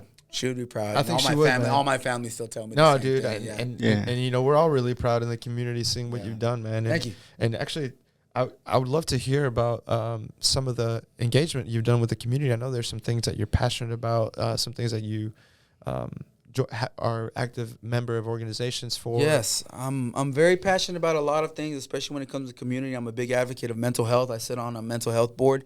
Shout out to Contigo Wellness. Shout out to Diana and everybody on the board. We provide services for accessibility of mental health. That's what our board does. And a lot of times, especially us Latino men, especially Latino men. I mean, we've been brought up generation after generation with our tios and our fathers saying, "Hey, man up. Hey, like don't think about it. Like, you know, like this." And there's a time and a place to, like, you know, man up or whatever you want to say it, but also like our feelings are absolutely validated, and mental health is very important in our overall growth, and being self-aware of those feelings is there's nothing wrong with that. And it's not a taboo to talk about like our mental health. And for many years, like it's been that way. So like I sit on the Contigo board, and I'm a huge advocate of mental health. Fitness can be another lane for people to help with their mental health, you know? I'm being an educator, you know, for 20 years. I love the opportunities that I've been getting to talk to youth.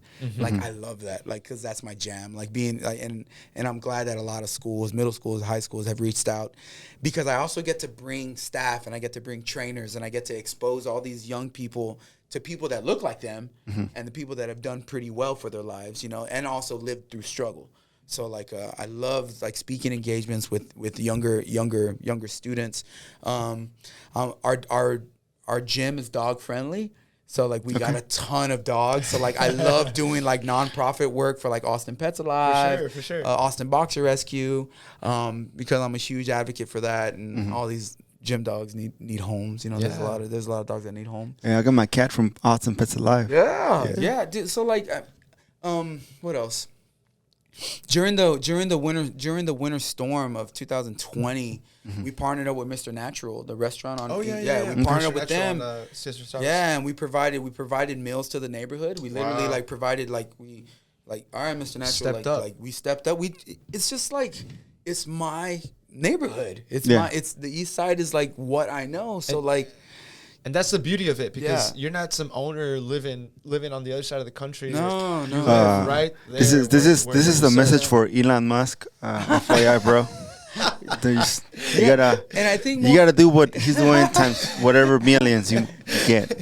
So like, and also like I'm a real big I love that the gym can be a platform for young entrepreneurs, and what I mean by that is like, you know, we have our trainers. A lot of the trainers are brand new trainers, and so they're starting their young businesses. We have my staff who's like,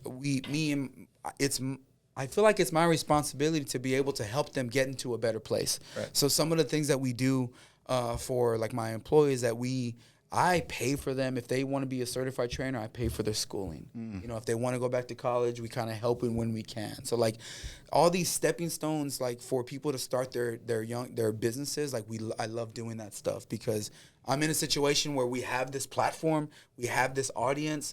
How can we leverage each? Like how can we set you up to be successful? What do you need to be successful? And how can you use the gym to be successful? So every event that we do, every big event that we do, I go out and reach out to young, locally owned businesses so they can come set up booths, set up tables, and like whatever I can do to help the young local business owners, I'm going to do it. Like, I'm going to step up, you know, like even with the concerts, like I want to hire local. I want to bring local. Right. Like, so you told us about the event on May 7th, Latino night, right?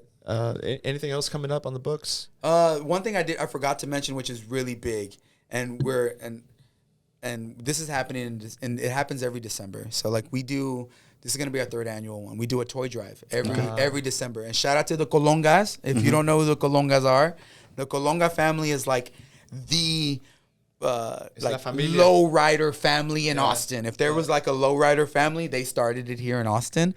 And the daughters of the Colongas go to my gym, and they're awesome people, and they are family. So like every year, the first year we opened, they reached out to me. It's like, hey, we do this toy drive at what's the park? The Chicano Park. Chicano Park. We do this toy drive / lowrider car show, and I'm like, that's my shit. Yes, I want to be. So we started, the gym was a collection spot for toys. So for the month of December, all the way up until like the 23rd, 24th, we collect toys, and then we go to Chicano Park, and they have all the lowriders, and Santa comes and we give toys out. And then we just had our second annual, or the second year that we did it. And this coming year, this is really cool. This coming year, so Mr. Colonga is retiring.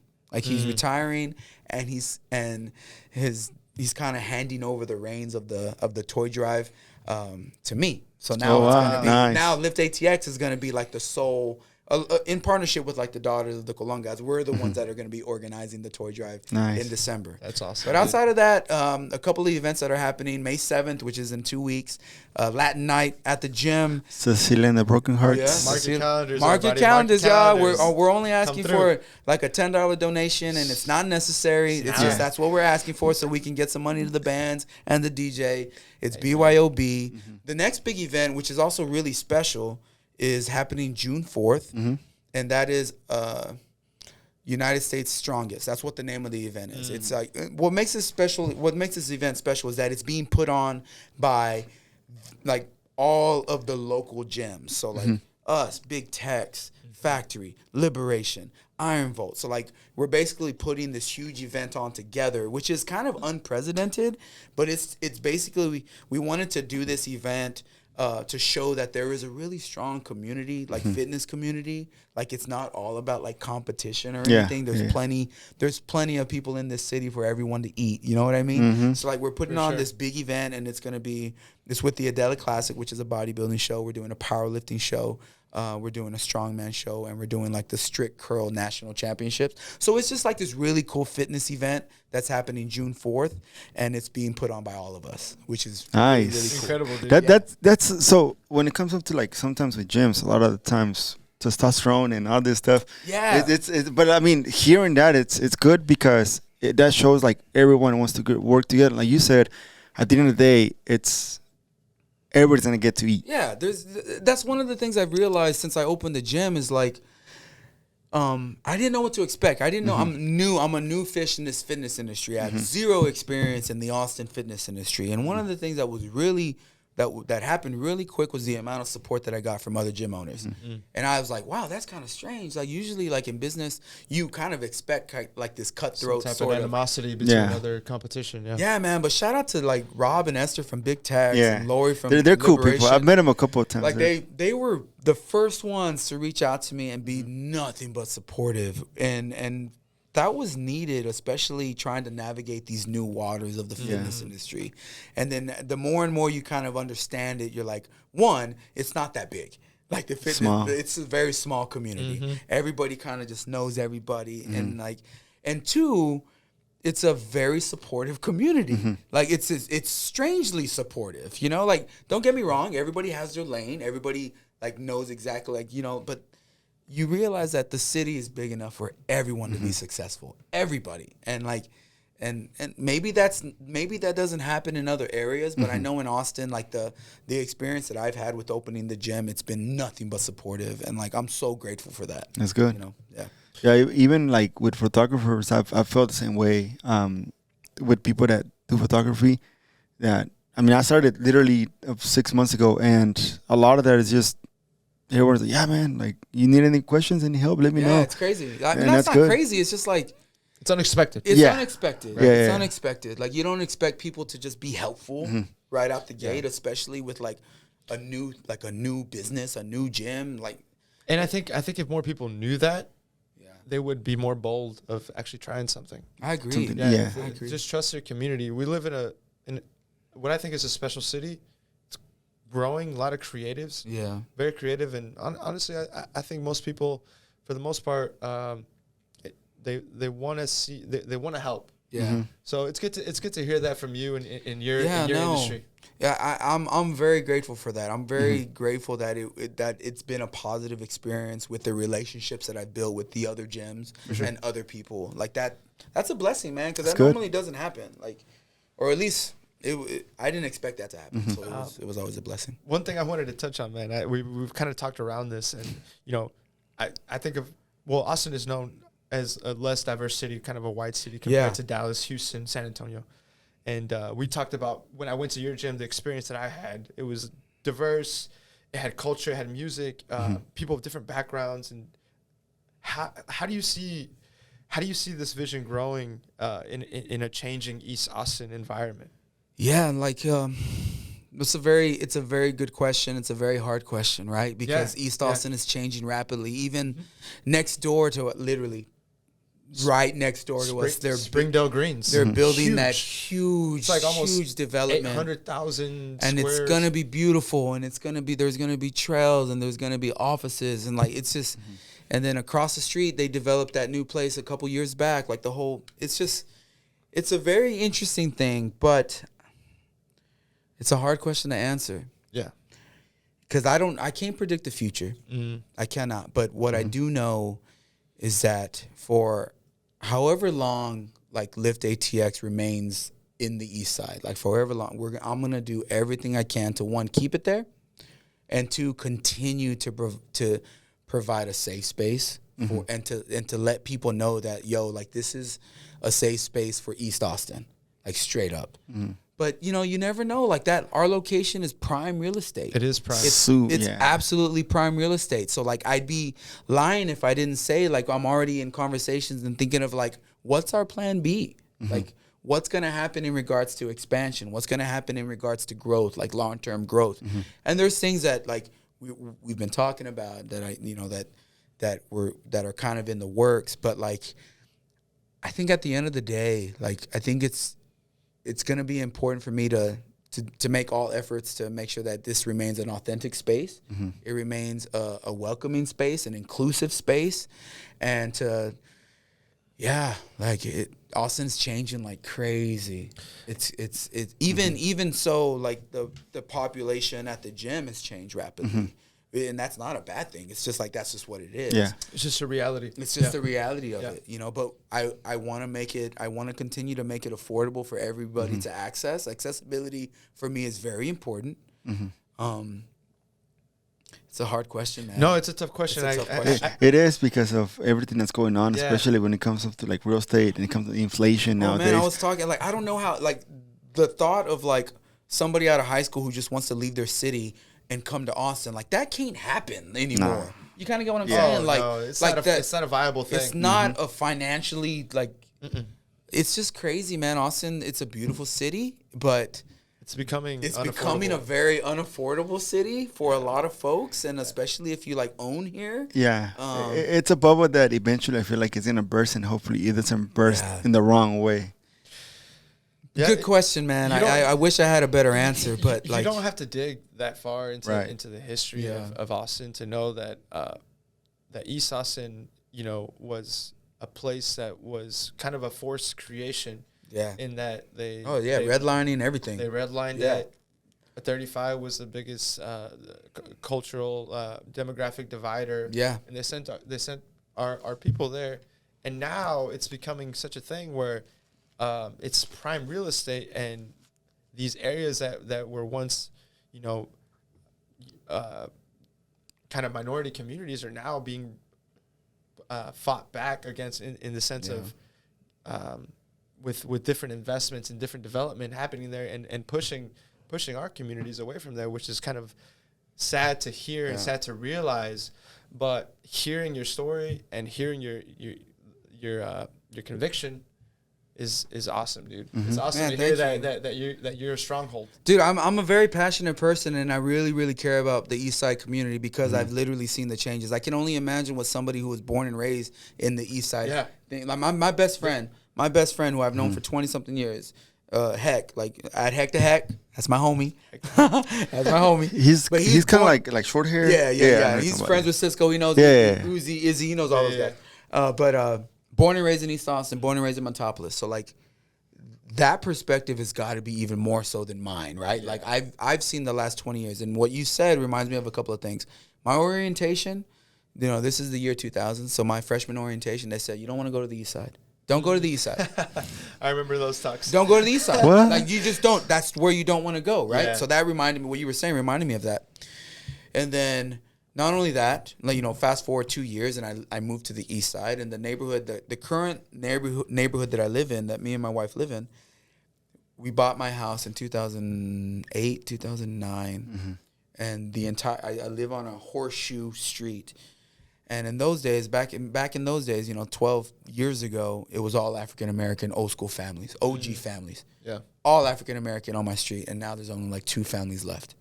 Like, and it saddens me, right? Because like with gentrification and with property values rise up, tax value goes up, and a lot of people can't afford that, so they're moving to Kyle, Buda, Hutto, Georgetown, wherever else, Leander, you know what I mean? And like,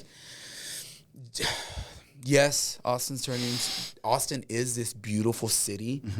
It's beautiful with a lot of growth. It's continuing to grow, but like at what cost, right? Yeah. What is the like, cost? What's the cost? That's dude? always like, a question. So like, that's why like, you know, like I'm trying to like take this stand, and like the gym Lift ATX is like, I'm doing my best to like keep this one last pillar of East Austin owned, you know what I mean, in the heart of East Austin, owned by the gente, like, and a safe space for it. Like it's interesting. It's an interesting conversation, you know. It is.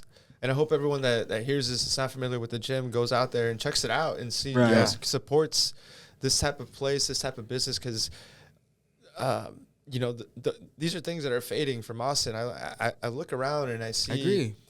Even going back to campus, my brother's there now. I go back to campus, I'm like, things are different here. I go to the east side, I'm like, whoa, this is different. Like, what happened to this shop? What happened to this restaurant? Like, even like E7, E6. That's what I'm saying. Oh my God, dude. Like, bro, E6 used to be my shit. Like, but now it's just like, it's turned into this, at what cost, right? Yes, it's beautiful and there's a lot of options to go and hang out. There's a lot of bars. It's looking less like E6, more like the Domain. Yes, dude. Like, what's that fancy ass little grocery store that they open up on E6? Blue Grocers. Yeah, dude. Like, what? I used to spend my time at the Grackle. You know what I'm saying? Like what is it? Garage Mahal or Shangri-La. Shangri-La, yes. Like, I mean, but you know what I love? I love that there's still staying there. Still some institutions in East Austin that are like holding strong. The Violet Crown, dude, Hotel Vegas. Hotel Vegas, Violet Crown. Volstead. That Volstead, Yes, I would play so many shows at those places, and like I love that they still exist. Of course, I love La Perla. Can we shout out to La Perla? La Perla. If you don't know what La Perla is, La Perla is they're there. Bro, La Perla. La Perla. Yeah. That's an East Austin institution, yo. I love going in there. Best jukebox in the city. Yes, sir. The best jukebox in the city. And now they take card. They only used to take cash, bro. Yes. And now they take card. So that's good. And don't pet the dog. That's the owner's dog. The dog don't like getting petted. Don't pet. Yo, shout out to La Perlas. Yo, like for real. Shout out to them, man. That's awesome. That's an institution that I hope can stay strong and remain a staple here in Austin. And then there's others, but like that's what I'm talking about. Like Austin's changing so much, Right. Dude, it is. Now, for me, it's like it's good with change, but everyone has to get a piece of that pie. It can't just be the people up there. Yeah. Like that's my thing. You can clean up whatever you want to clean up in a community, but you have to let everyone get a share. If not, it's pointless. Yeah. It's and being a business owner, it's challenging. Like it's a scary thing, especially knowing and being aware of like the rapid change that Austin is facing. Like it's like on the horizon. Like what's gonna happen? It's kind of scary. But there's institutions like they've been fighting hard. A lot of businesses are staying strong, and they're there, and they have the support of the community, and that's how you create existence and long-term existence. Yeah, it's one of those environments where if you start to get comfortable, if you start to not really pay attention, you could get jumped over for sure. And one thing that really stood out to me about Lift is just the way that you guys have been growing through two different sides. For me, I see the merch. The merch is huge. Oh man, yeah. And the other thing is the social media. So first, let's talk about the merch. Okay, yeah, the merch. Yes. Again, completely unplanned, y'all. Like the merch. So I'm a big sneakerhead. Like I collect sneakers. Like that's just what I do. I've always been a sneakerhead. I love street culture. Yeah. So like when I was in a position, like I started this business, I was like, you know what, I'm gonna like I get to like design some shit. Like I get to like design some shirts. And it just took off. Like it just blew up. The people really supported the cause and supported like the meaning behind everything. And then it's just turned into something like we're not gonna stop doing this merch stuff until it stops, right? Like every merch drop we sell out. The last merch drop we sold out in 30 minutes. And like now we're at a point like to think, remember we're a year and a half in, and before it was just me kind of creating the designs and taking influences from different companies like we all do, like taking influences and just like trying to come up with stuff that literally would match my shoes. Like let's just be honest. It's all for the shoes. I'm just being 100 like that. So like and there's a lot of shoe heads and sneaker heads and street culture heads at the gym. Sure. So it's like I would get input from them, and I would get input from my employees and my trainers. Like, what do y'all want? What do y'all like? And it just turned into this thing. And I was like, holy man, people really like this stuff. So let's continue to push out this merch. And then we got to a position where like, yo, I kind of need help. Like I need some help with this merch stuff. And then I got shout out to Christina, my employee, Sun Biceps. Y'all follow her.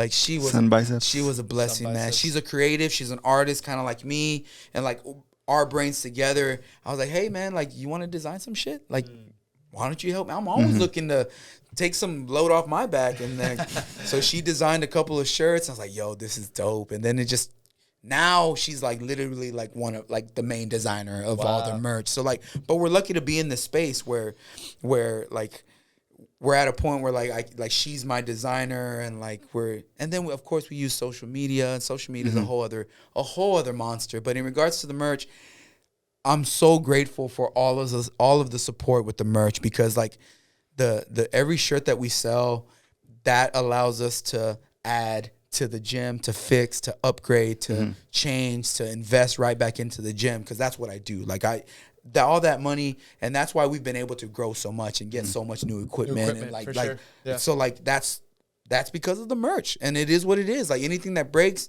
that's my budget. My merch budget is for equipment and equipment only. So like, and we've grown a lot, and we've added a lot of pieces of equipment, and it's all shout out to all the community, man. Like they really like it, but like it's dope stuff. Like it's stuff that's wearable, not just in the gym, but like outside of the gym. And having Christina on board now as like one of the main creatives into the merch is just a blessing, dude. That's like awesome. She's awesome. Shout out to Christina. Shout out to Some Biceps, man. Some biceps. She's a beast, man. Wait till y'all see. We're about to launch an online merch store.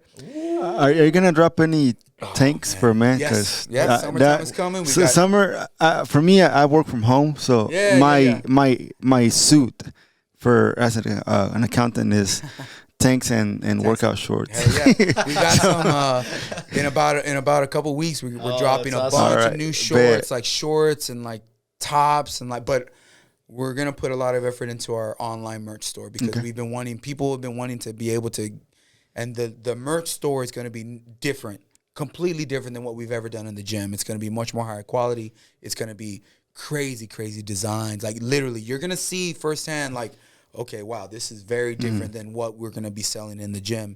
And we're going to continue to sell stuff in the gym. Like, that's never going to stop. But, like, our merch store, our vision, like, my vision is I want it to be very different. Yeah. Very much streetwear, very much, like, much more higher quality. But social media helps. I mean, social media helps. Like, being a sneakerhead and understanding the concept of building hype is definitely helps. You got to build hype. Like, you got to build suspense. And I think exclusivity plays a big deal. Yeah. And, like, having something that you don't have. Like, you know what I mean? So, like, but, again, it was all unexpected, man. Like, the merch, like, it's crazy. It's a blessing, man. No, you're a very humble dude, man. Yeah, and that's good. Cool. You've surrounded yourself. You've created an environment where like-minded individuals, creative in their own way, have contributed to this ecosystem of Lift ATX. It's so cool to see, like, it's so cool to like be out at the Domain or wherever, shopping at Target or and then you'd be like, Daniel, bro, it's crazy. Like I tripped out and I went to the first opener of the AFC game. I'll never forget this. I went to the opener and I had like my custom Lift ATX jersey on there.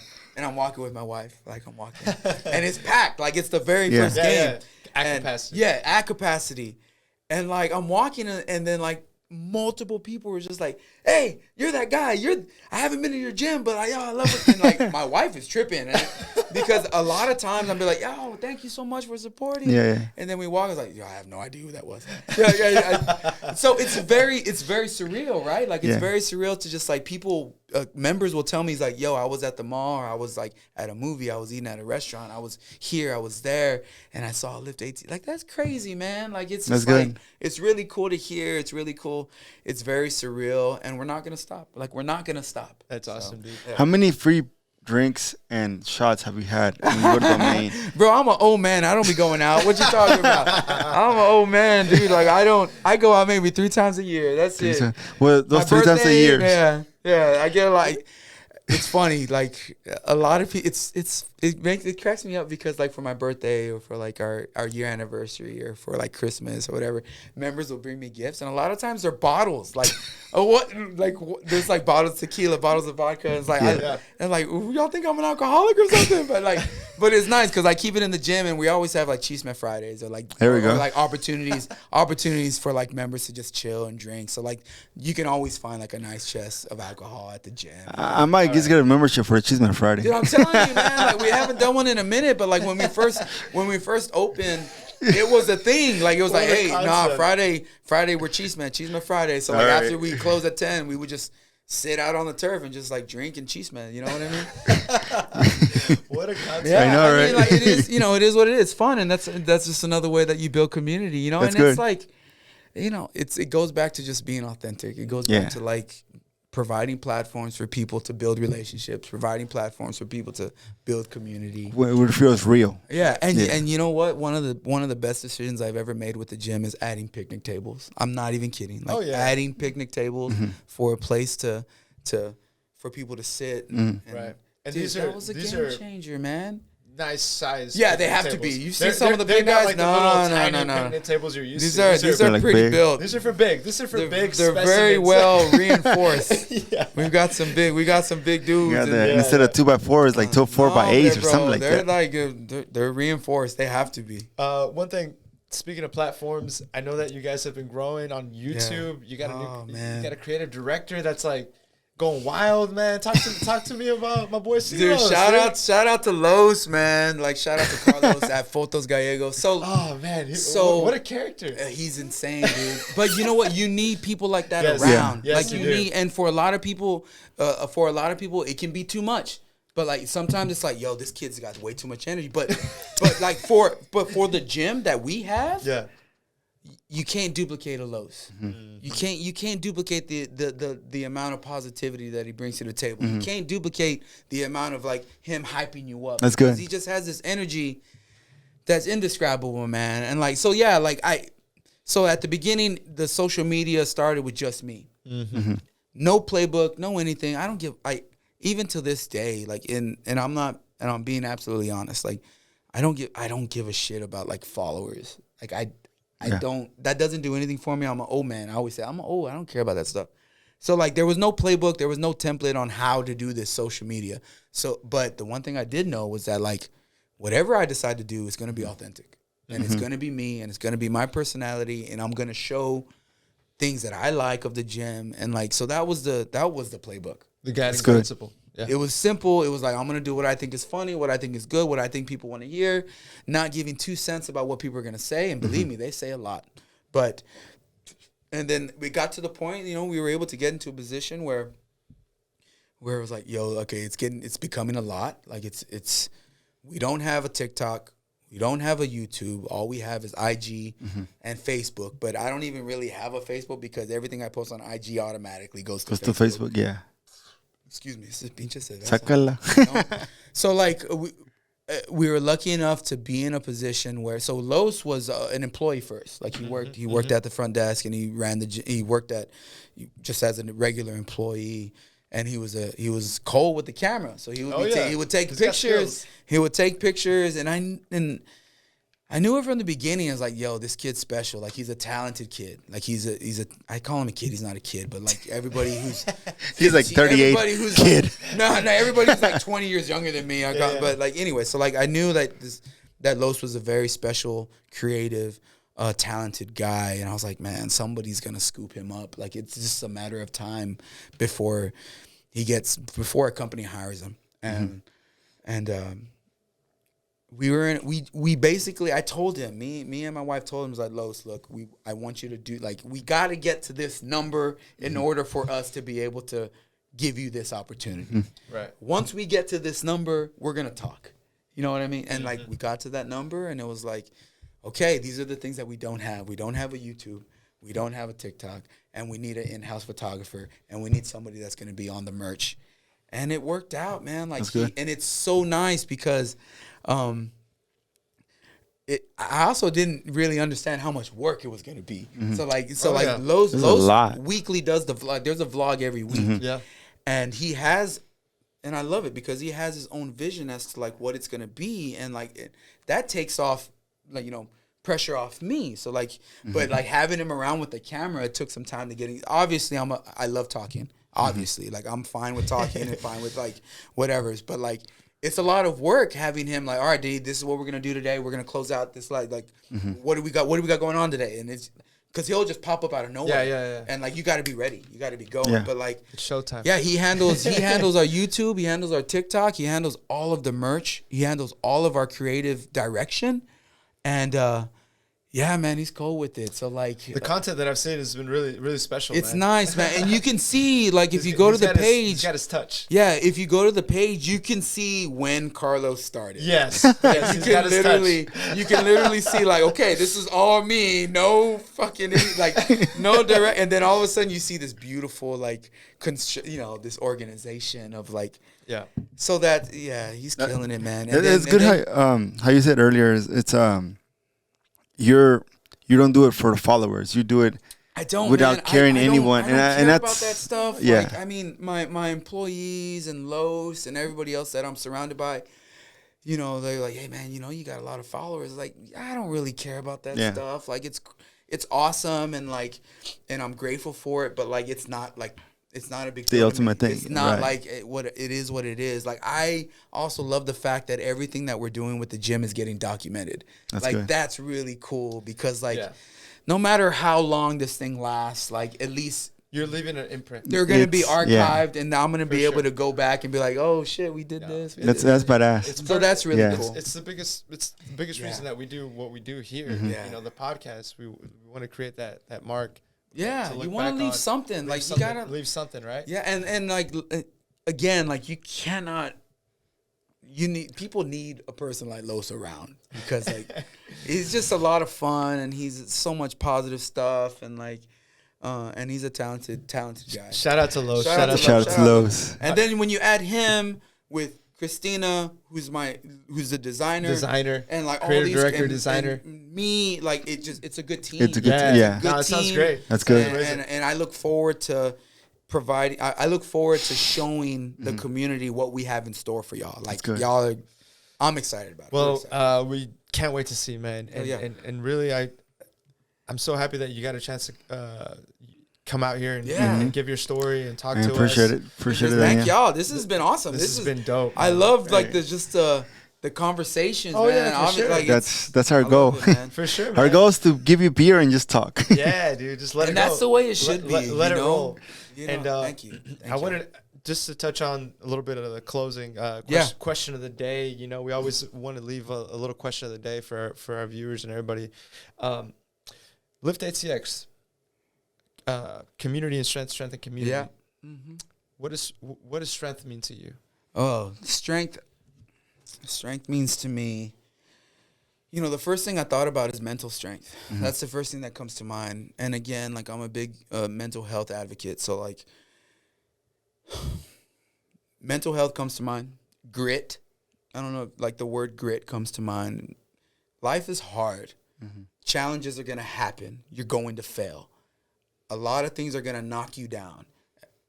Whether it's school, whether it's job, whether it's your business, whether it's like your family, your friends, like hardships are gonna happen. That's just part of life.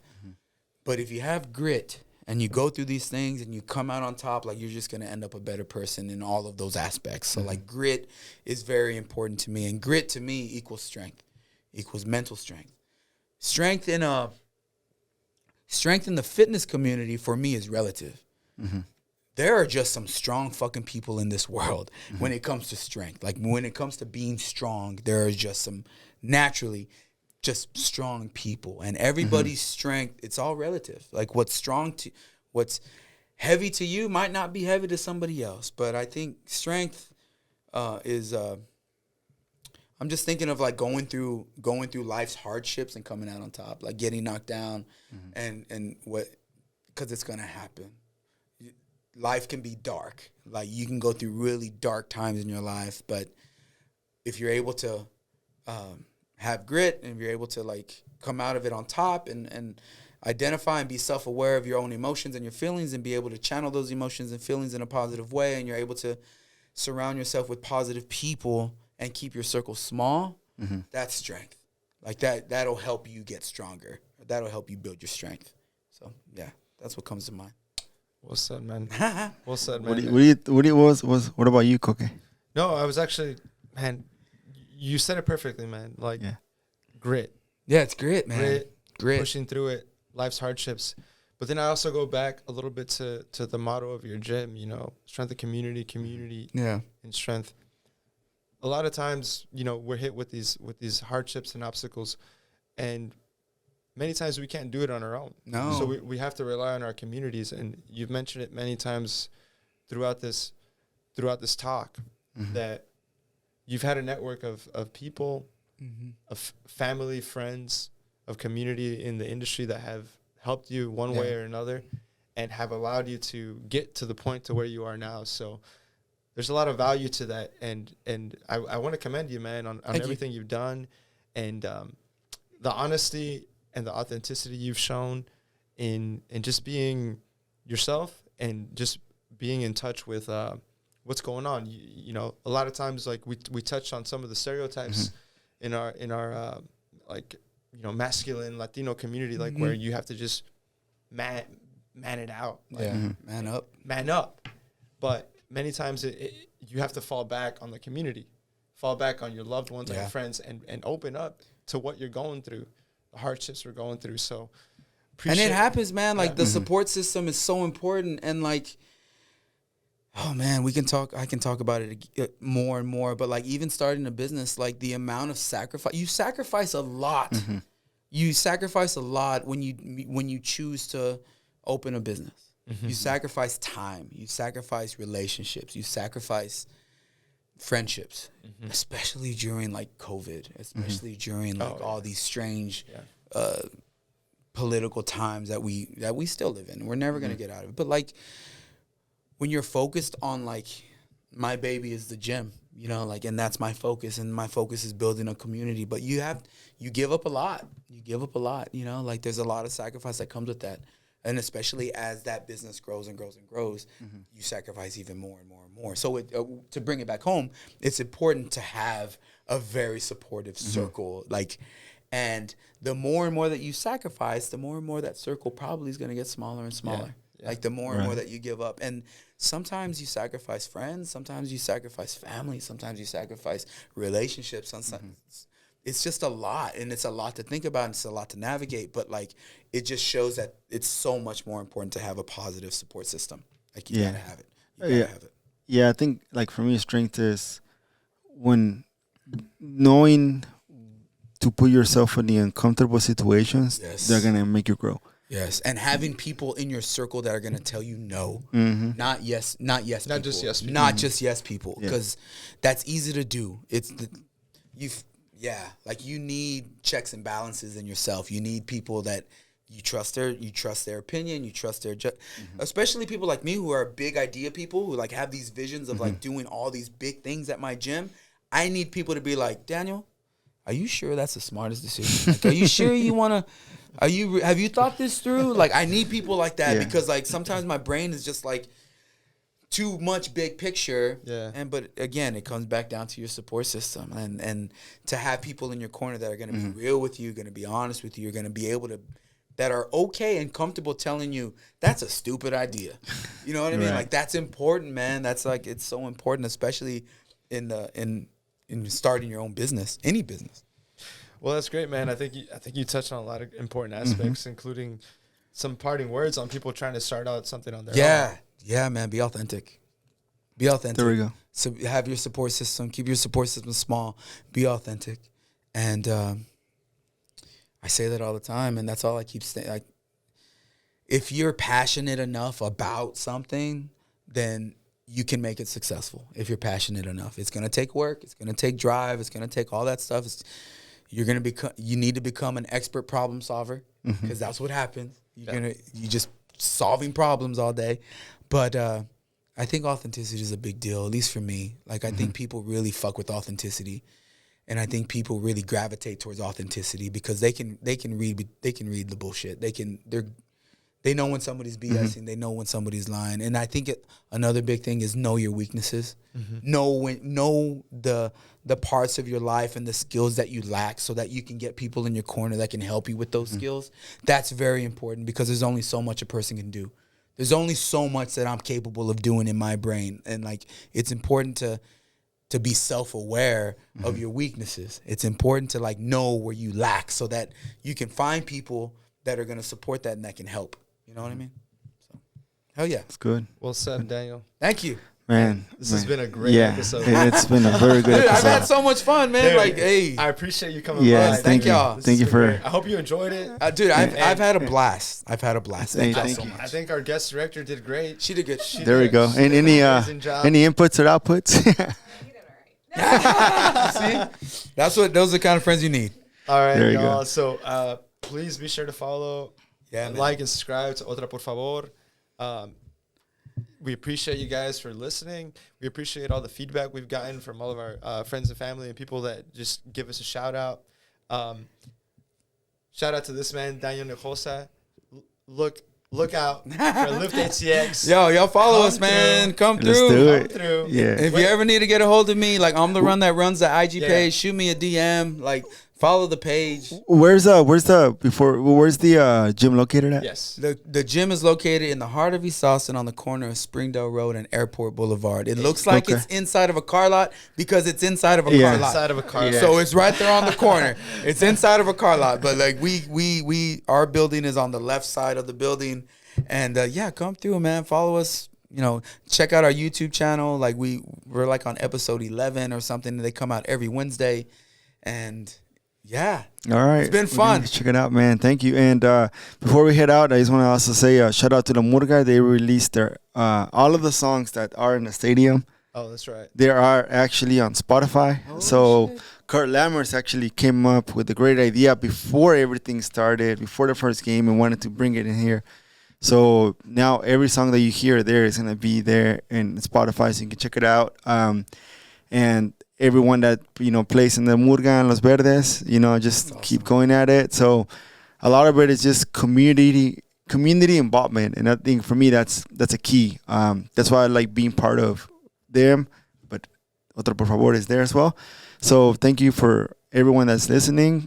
Se portan bien, se cuidan y nos vemos mañana. Adiós.